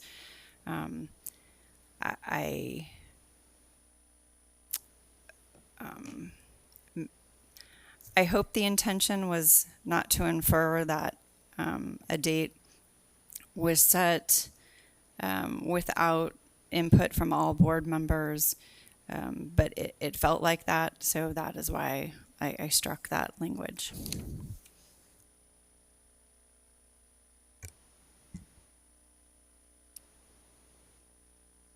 Sure. The reason I put that, I do believe we agreed on the date, and then I realized that my schedule was crunched, and I sent some feedback and request on the agenda, or on the agenda and ordering items so that I could attend the stuff that I really felt like I wanted to attend, because I knew I couldn't attend all day, and I couldn't come up with a date, so I don't blame anybody here for that, because I knew I was having company when we were setting that up. But I was really frustrated when I sent an email and explained why I would need, I could only attend for this limited number of time, and I felt like nobody even gave me an answer as to why it couldn't be, and then I was just sent basically, we're going with this. And it wasn't even like, I tried to do this for you, or I understand. So I was just aggravated and decided not to come at all. I did it. We were held hostage by the speakers that came, so I think I put it on a Friday. That's the only way we could do it. So we had special people that were organizing their day for us. That's why. So I'm sorry about that, but we were kind of held hostage by It our was a speakers. futures report. Yeah, futures. They could only be there during that certain time, so that kind of screwed up the schedule. Okay, I appreciate your explanation. I just wanted to clarify. And I just felt like it could have been like we tried to do this for you, but it didn't work. But it wasn't even communicated Right. to me that there was any effort. Sounds like there was a lack of communication So in general. I just think like attend the annual board retreat if we really do want us to be able to meet 4 of these indicators. I mean, I just think we need to make sure that maybe we set the agenda and agree on a date together, or it wouldn't happen.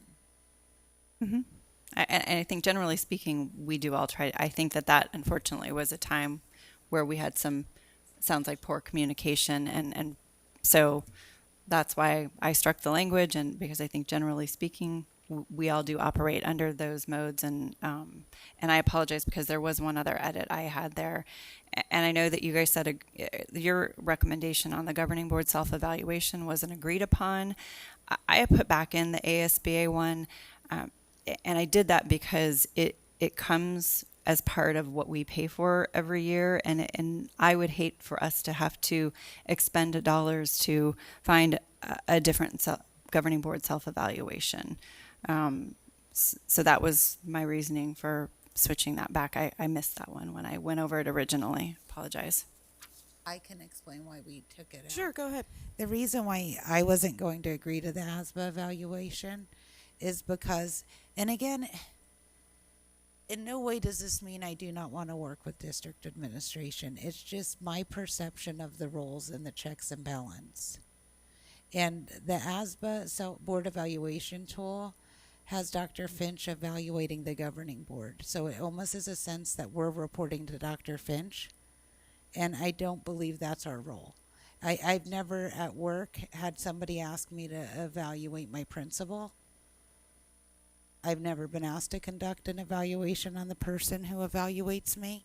So when you do that and you're having the person evaluate you and then you're making votes and then he could give you a bad evaluation, it just seems like it's blurring the lines there of the independence a governing board's supposed to have.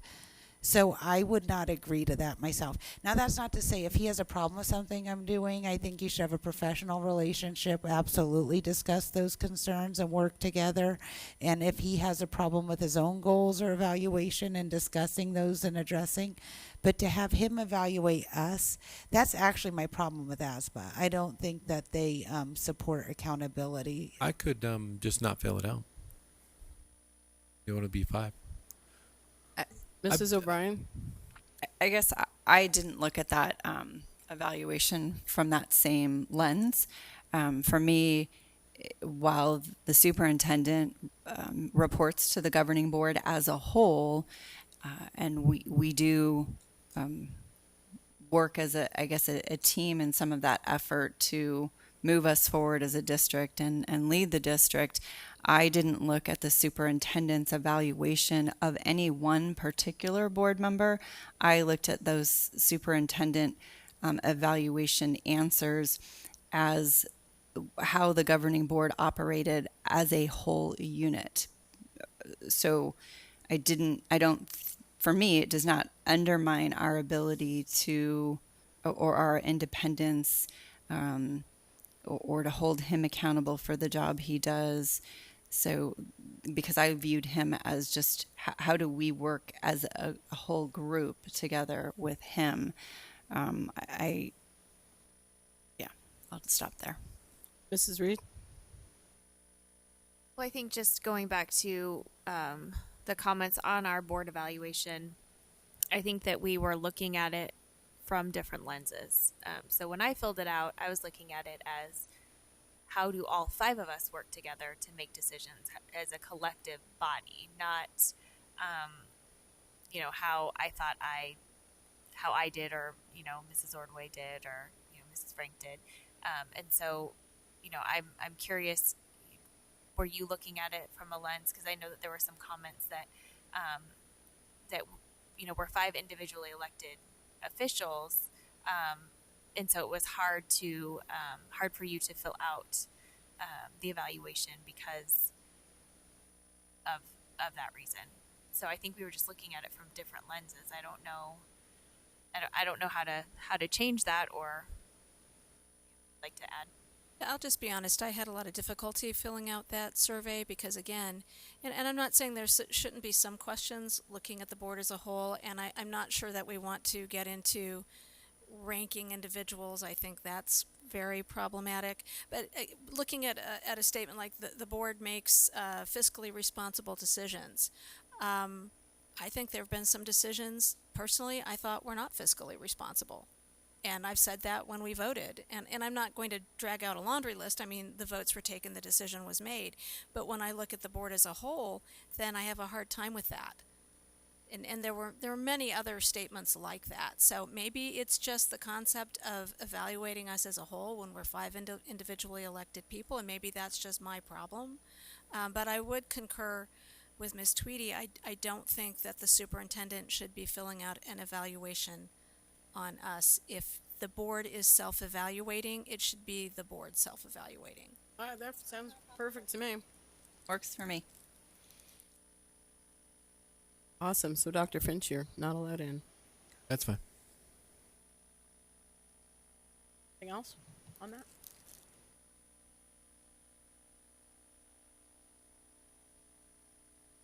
No? Yes? I said my piece, so I don't know if anybody else agrees or disagrees. My piece says, sorry. In regards to the professional development, is that what you're referring to, or do we need Sure, to go discuss ahead. that? Or Go ahead. I agree. What are you agreeing to, Ms. Reed?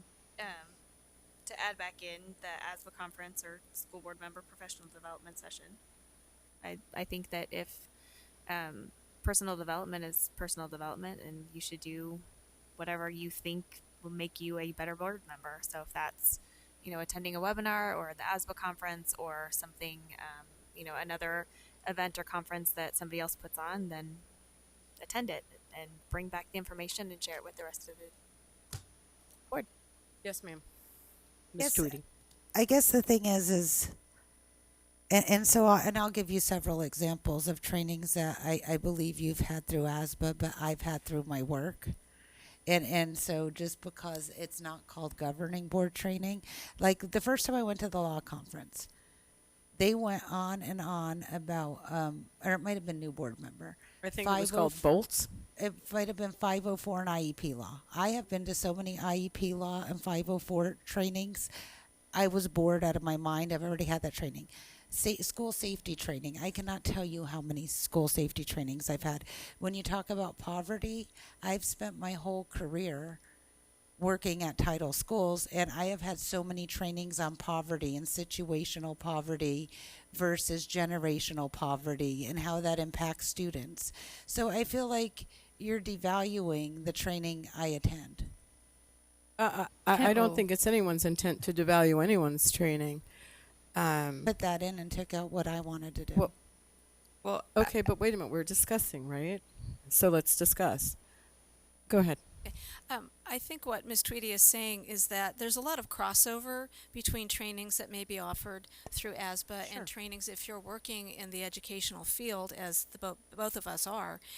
There's a lot of crossover. So whether it's an ASBA training or a training she receives through her district, it might not be called a school board member training, but it may be exactly the same training as you would receive at an ASBA conference. So maybe school board member professional development could be changed to educational professional development. I think, though, as governing board members, some of the training that we want to make sure we get is through the lens of how a governing board member should utilize the information that they're getting. I'm not saying that the presentation for equity, for any of it might be so different. But I think the lens that you're that you're getting the information from may be a little bit different, as you're going to go to, there'll be several trainings, one for a classroom teacher, one for admin. It's going to be the same topic, but it is not going to be presented in the same way because there's different tasks within that topic that you're going to be responsible for. So I think that doesn't necessarily have to be ASBA. I mean, there are other trainings for boards. I mean, there's other boards other than, but a school board is a little bit different than the HOA board, and I think maybe Mrs. O'Brien, is that where you were going? I wasn't at all trying to devalue Right. the fact that you get education about any of those topics as an educator. I to me, the words board members finds value was just a much broader scope than where we were trying to work with the school board professional development. That would not mean it had to be even presented in a way, that's necessarily from the school board lens, because I'm sure when you're speaking about 504 law is 504 law. So it was not my intention at all to devalue the education and professional development you get as an educator. I was trying to just, I guess, focus in on the fact that it's education that would be valuable to us any of us as a school board member. I certainly would think that if you got that training and went to it, you would count that. We would count that, and I would hope you would come back and share that, whether you got it as part of your current your current job, and or in another capacity. So it was not my intent at all. I was just trying to put the words "with school board member" around there. So I apologize if that offended.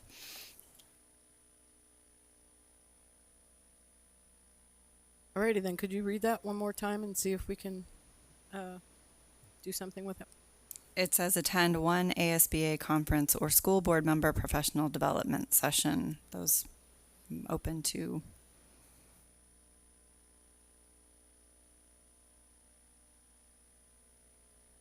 So if we put a comma and put educational professional development, then that would work, correct?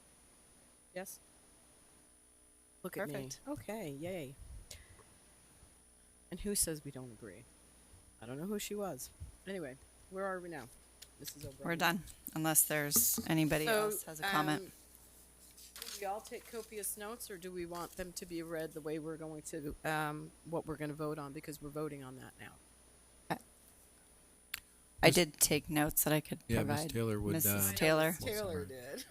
She'll go back and watch the video and get it exactly right. The only question I would like to verify is on priority 2 and priority 3, we changed the number of items from 4 to 5, and do we want it to keep it 3 out of 5 on both of those? Yes, ma'am. I would appreciate 3 out of 5, because I'm just going to be completely honest with you. I have a full-time job. I work many evenings, many weekends. I probably do, fortunately, because I have a job where I attend educational events, and I attend many in Deer Valley. Probably do 10 a year at least, not necessarily as a board member, but in the capacity of my my job. But I don't have, and Ms. Tweedy also works full-time, we don't have the same amount of time during the day that other board members may have, and I'm not saying you don't have important things to do, but I think 3 out of 5 is great. I think it's okay. awesome. 3 out Thank of you. 5 is great. Choices. 3 out of So 5. I move that the governing board, I know I made the motion, but I just want to say that I move that the governing board approve the board goals as modified at this evening's meeting. As agreed upon by all 5 of us as we wordsmith together. Yes. Just saying. I second. No further discussion? Are we all voting? I can tell you mine just fell asleep. So if you want to do a manual vote there, Mrs. Taylor. All those in favor? Aye. Aye. I'm trying to get her to wake up now.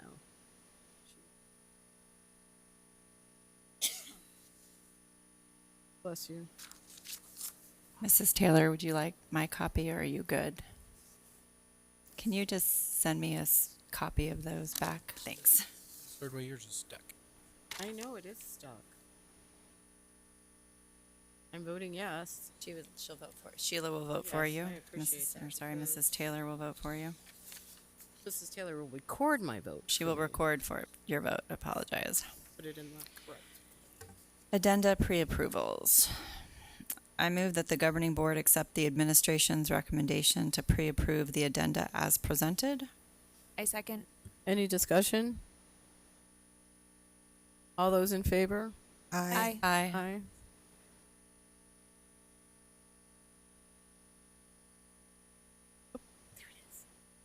Okay. All right. We are on to the DVUSD Pathways Instructional Calendar for 2018-2020. I move that the governing board accept the administration's recommendation to adopt the Deer Valley Unified School District Pathways Instructional Calendar for the 2019-2020 school year. I second. Do we need discussion? We do not. Actually, Oh, we I'm have sorry. Mrs. Mock up for this one. In the essence of time, the only thing really that I have to say is that with this approval, we will finally be able to submit the enrollment information to ADE. But if Isn't you have that any other awesome? That questions, means I'll be more happy money. to answer them. More money, correct? The same. Okay. All those in favor? Aye. Aye. Where is it? Oh, there. Wow. It's magic. There are none opposed, correct? Correct. We have 5 ayes, there are 0 nays. Okay. Voluntary Developer Contribution Agreement. I move that the governing board accept the administration's recommendation to approve the Voluntary Developer Contribution Agreement from USRELP. I second. Jim, did you want to talk to us about this? President Ordway, members of the board, Dr. Finch, yes, I think maybe just really quick, we've had some conversations about the new school. There was a land exchange agreement that was approved in January by the board. This will be the final document that will effectuate that land exchange. Just wanted to give recognition to USAA and USRELP. They're making a contribution of $350,000 with this agreement to basically spend on the school. As we mentioned during the first GMP approval, we had to make some concessions to and change the scope of the construction project to be able to fit it within the allocated budget that we had. This allows us to put all of those items back in to the budget. It does have a bunch of other agreements that are attached to it, so there's 4 agreements that are exhibits to the contribution agreement. They include 2 parking license agreements that are identical, just naming 2 different entities that we would allow to use our parking lots for special events. It has a whole approval process to make sure that it doesn't conflict with any school activities. And then a dirt agreement, if you can believe that, Yeah, I like allowing dirt. us to reach the grades that are necessary to build the school on the school site itself. Pending the board's decision tonight, this will allow us to close on the land exchange tomorrow, and then we can begin construction of the new school. There is one component that I want to bring to your attention. They would like to name the fields at the new school, not the school itself, but the fields themselves. And we would be required to establish a sign naming the fields, and that could include having a USAA logo on that sign. We talked about that could be a fence panel on one of the perimeter fences, and we get the ability to certainly approve the naming. They've claimed that they wanted to make it some military-related name, so not necessarily a person, but maybe something related to military because that's what their primary mission is. That is a little bit unusual in terms of, I don't know that we've done that previously, but I think that it would be it's part of the agreement that I want to bring to your attention, I'll say. Is there any kind of parameters to the size of this sign? No, but there's an approval process for the sign. So we've talked about, conceptually we've talked about it being like one of the perimeter fence panels, that size, and we would be responsible. We would use, obviously, the proceeds of the $350,000 to pay for the sign, but we get to approve the sign as well. Not only do we get to approve the name, but we get to approve the sign itself. Right, because I just didn't want to look and go, whoa, there it is, USAA. I mean the little sign that's out there. Yes. Because that would be a total departure of any of our other campuses, right? That would be correct. This has been through several reviews creating this, so our attorneys have looked at it. They've had several attorneys crafting all these agreements. So, but there are processes with each agreement as to how they would be effectuated. Okay. Mrs. O'Brien said she has one question. Related to the two parking agreements, and you said those would be contingent on school events, right? So if there is a school event, that would include athletics, extracurricular activity events like that. Does that also cover those? Ms. Ordway, Ms. O'Brien, yes. In fact, we'd have 2 weeks to be able to respond to their request.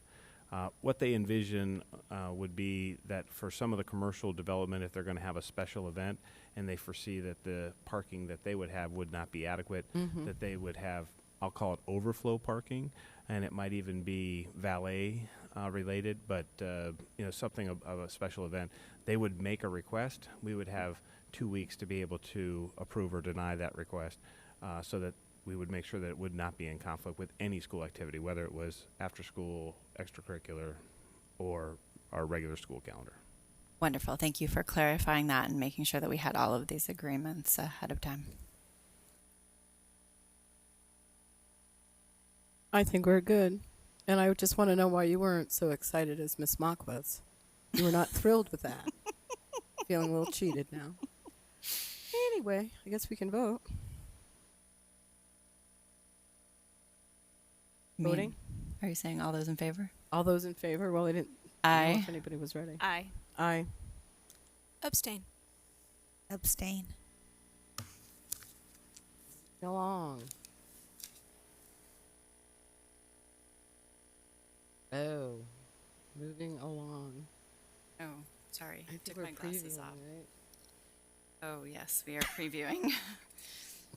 We are previewing, and we have first reading of policy BEDH. Dr. Finch? I believe Ms. Moffat's. We're up first? No. Oh, this is the first one. Nice, That one. nice try. Oh, it's coming. Well, this one is just striking. This one is the ASBA is recommending that we strike words out. Presenters are cautioned that statements or representations concerning others that convey an unjustly unfavorable impression may subject the presenter in civil action for defamation. They recommend that we scratch that. And the reason is we don't want to allow, we don't want restrictions on free speech.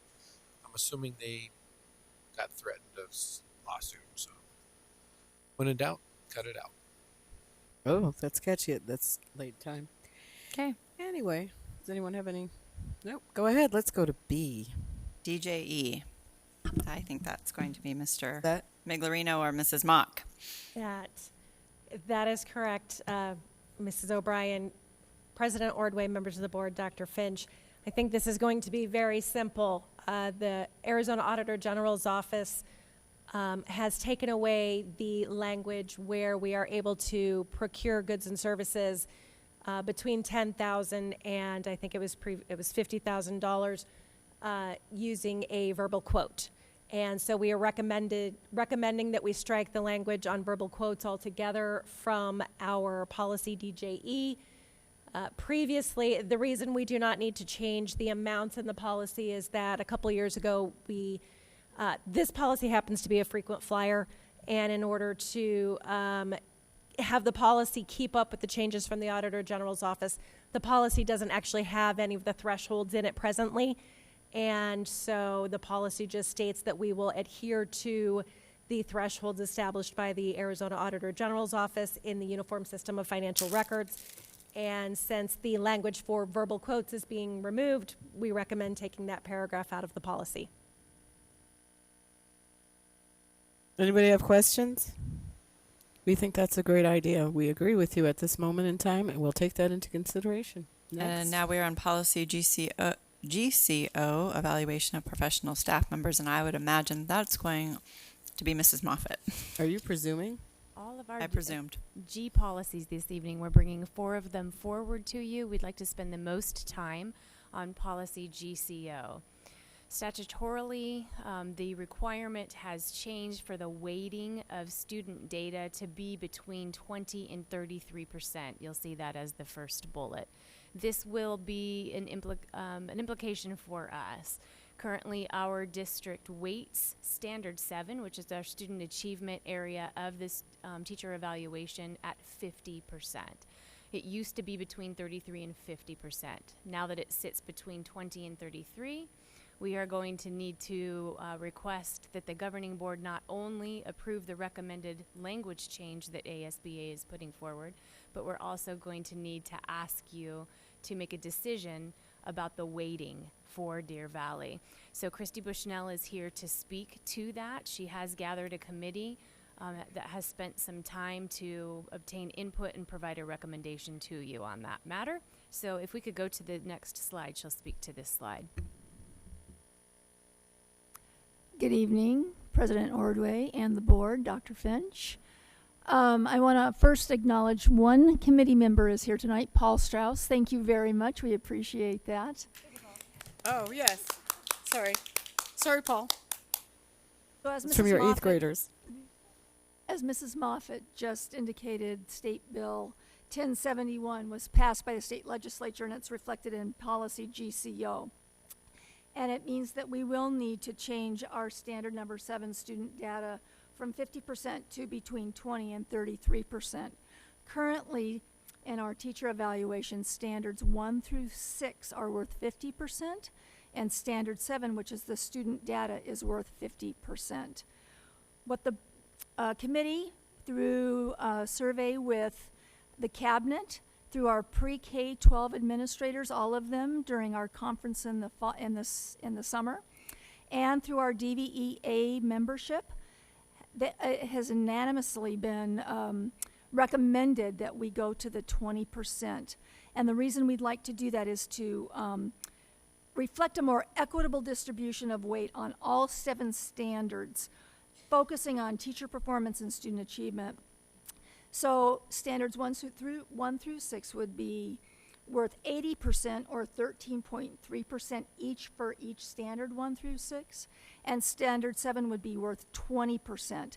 The current weight for each standard for 1 through 6 is 8.33%, and standard 7 is 50%. So we are recommending a more equitable distribution on those standards. Choosing 20% would focus on teacher performance that impacts student achievement across the board rather than student data that is determined by one test at the end of the year. This change will also decrease variables in respect to testing and environment. All stakeholders surveyed overwhelmingly chose the 20% for the weight on standard 7. Making this change would take all factors into consideration when evaluating teachers. And the last point I'd like to make is the summative rating at the end of the year would provide comprehensive reflection and improvement. The goal is to support the continuous growth and development of our teachers and educational specialists by monitoring, analyzing, and applying pertinent data compiled within a system of meaningful feedback while also ensuring accountability for learner performance. So we'd like to recommend that the board consider changing the 50% on standard 7 to 20%. We will also include the information Ms. Bushnell shared in the Friday update, so you can have the opportunity to think through those points. That would be awesome. Thank you. When this comes back, do you think you'll separate the two? Or do you want to separate? I think we probably would need to. One would be policy, and then we would need a separate action item for that decision, yes. Yes, thank you. GCO. Correct. Correct. Okay, wasn't there also stuff about the evaluation tool in there? Yes. Or is that changing too? You mean the tool itself, the teacher evaluation tool itself? Yeah. No. Oh, yes. Thank you. If we could go back to that original, is that the slide? Back one more? Is that it? Nope, back one more. I okay, didn't yeah. see. Okay. Allows for So alternative. thank you for pointing that out. It does allow for us now to look at an alternative evaluation cycle, which we don't currently have in Deer Valley. So Christy is working with the committee on that too. We don't have a model ready. We are in conversation with some other districts that have ran at least one cycle of an alternative model. And so we're learning a little bit from them, bringing that information forward to the committee, and they're going to make a proposal by the end of this year with hopes of putting something into place next school year. So, I mean, and just for an example, not trying to get ahead of you, are you referring to how often you evaluate continuing teachers? Okay. And then, because I know the district I work for does it different, but then the last one, the new criteria for the, is that a Statutorily, statute? they or? also have reviewed and established new criteria for principal evaluation. Gary and team are aware of some of these changes. This, like alternative cycle, we have been in conversation with our ASPA peers and our peer districts on changes that they're starting to make based on what they're recommending in those principal evaluations. So the timeline on it allows for us not to need to implement those until next cycle. But right now we are reviewing and making some of those adjustments. But we recommend that the board adopt the policy so that we can move forward. And if you would like some specifics on that, we can provide that in the update. Could you provide too. more information on those Absolutely. changes? Thank you. You're welcome. Awesome. Next. Next one is GBEA staff ethics. This is a minor change in GBEA. It really is just allowing for some clarification with one of the bullets that's listed under staff ethics. It has been a long time since staff ethics has been put forward, and we do support the change that you see in that language. Sorry. Does anybody have any questions? The next one is GBEB staff conduct. Staff conduct also, it's been a period of time before staff conduct has had a recommended change. This is specific to statutory changes, mostly around policy JIC, J-I-C-K, and those are laws around reporting requirements we would be obligated to, that our staff would be obligated to, should there be unprofessional conduct related to policy JICs and bullying specifically, and safety concerns specifically in the school environment. You'll see in bullet 2, it also requires us to have structures in place as far as posting what we do. That, luckily, we already have in place, but we would need to make sure that everyone was aware of the reporting requirement. Everyone, as in? All staff members in the district. Further questions? No? Yes, next. Okay, next policy, GBI, staff participation in political activities. This is so perfect. So on time, isn't it? Yes. This one is really not a huge significant change. You'll see when you read this policy, the only thing that they are doing, it's not changing any practice, they're just making it clearer. And I think it's right at the front of the policy, actually, when you open it, that they make this change in language. Anything? Nope. Next one. Policy IHA, basic instructional program. Look at, they're running away from the table. Dr. Galligan. President Ordway, members of the board, Dr. Finch.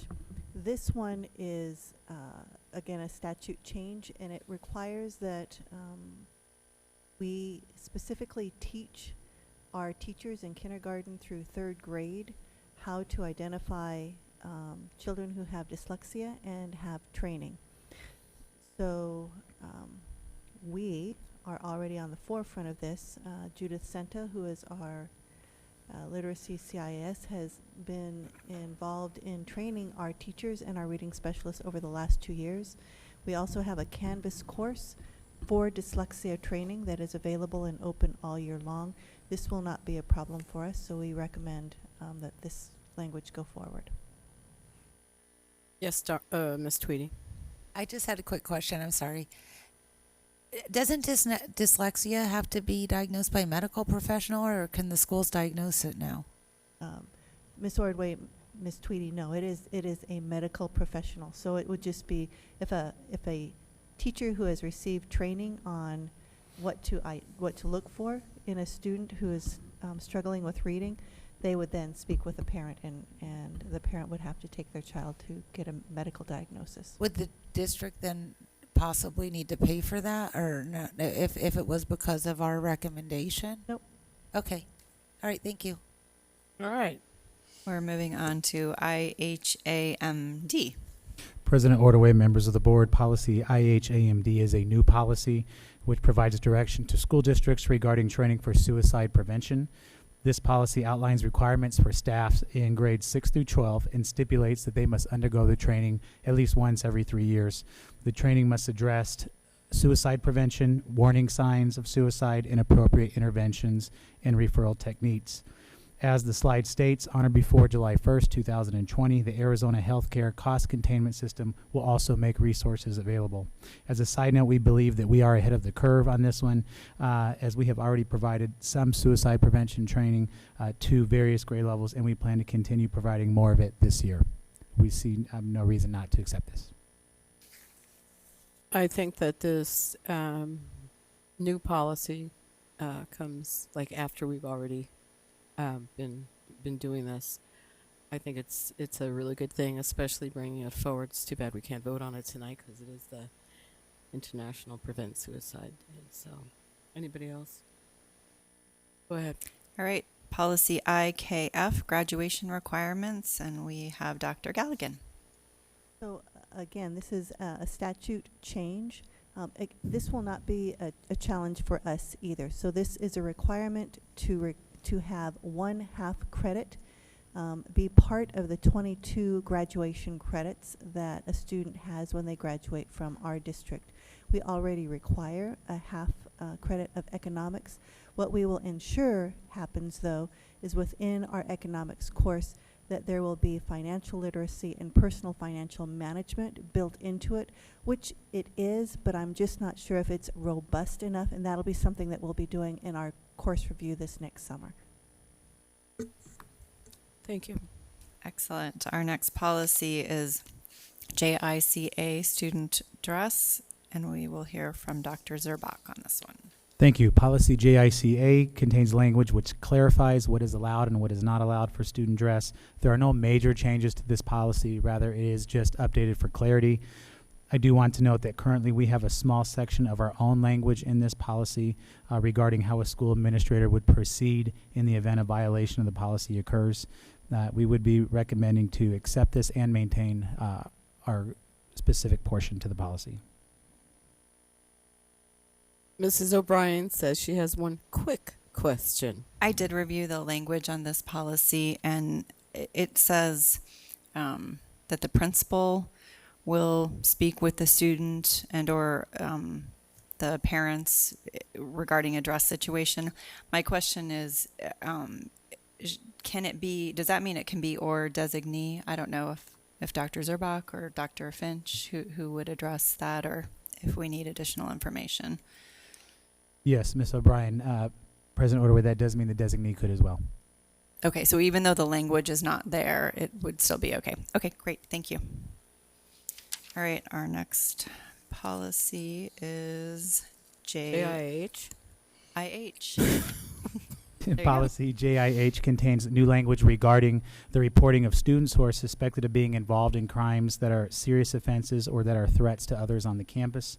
The policy stipulates that by January 1st, 2020, that the district must also come up with a procedure that determines who is responsible for communicating these reports to law enforcement authorities. We will be recommending that we accept this language. And do we already have that process in place? Yes, this is something that we do, but the policy then places some clarification for that. I figured we did. Okay, go ahead.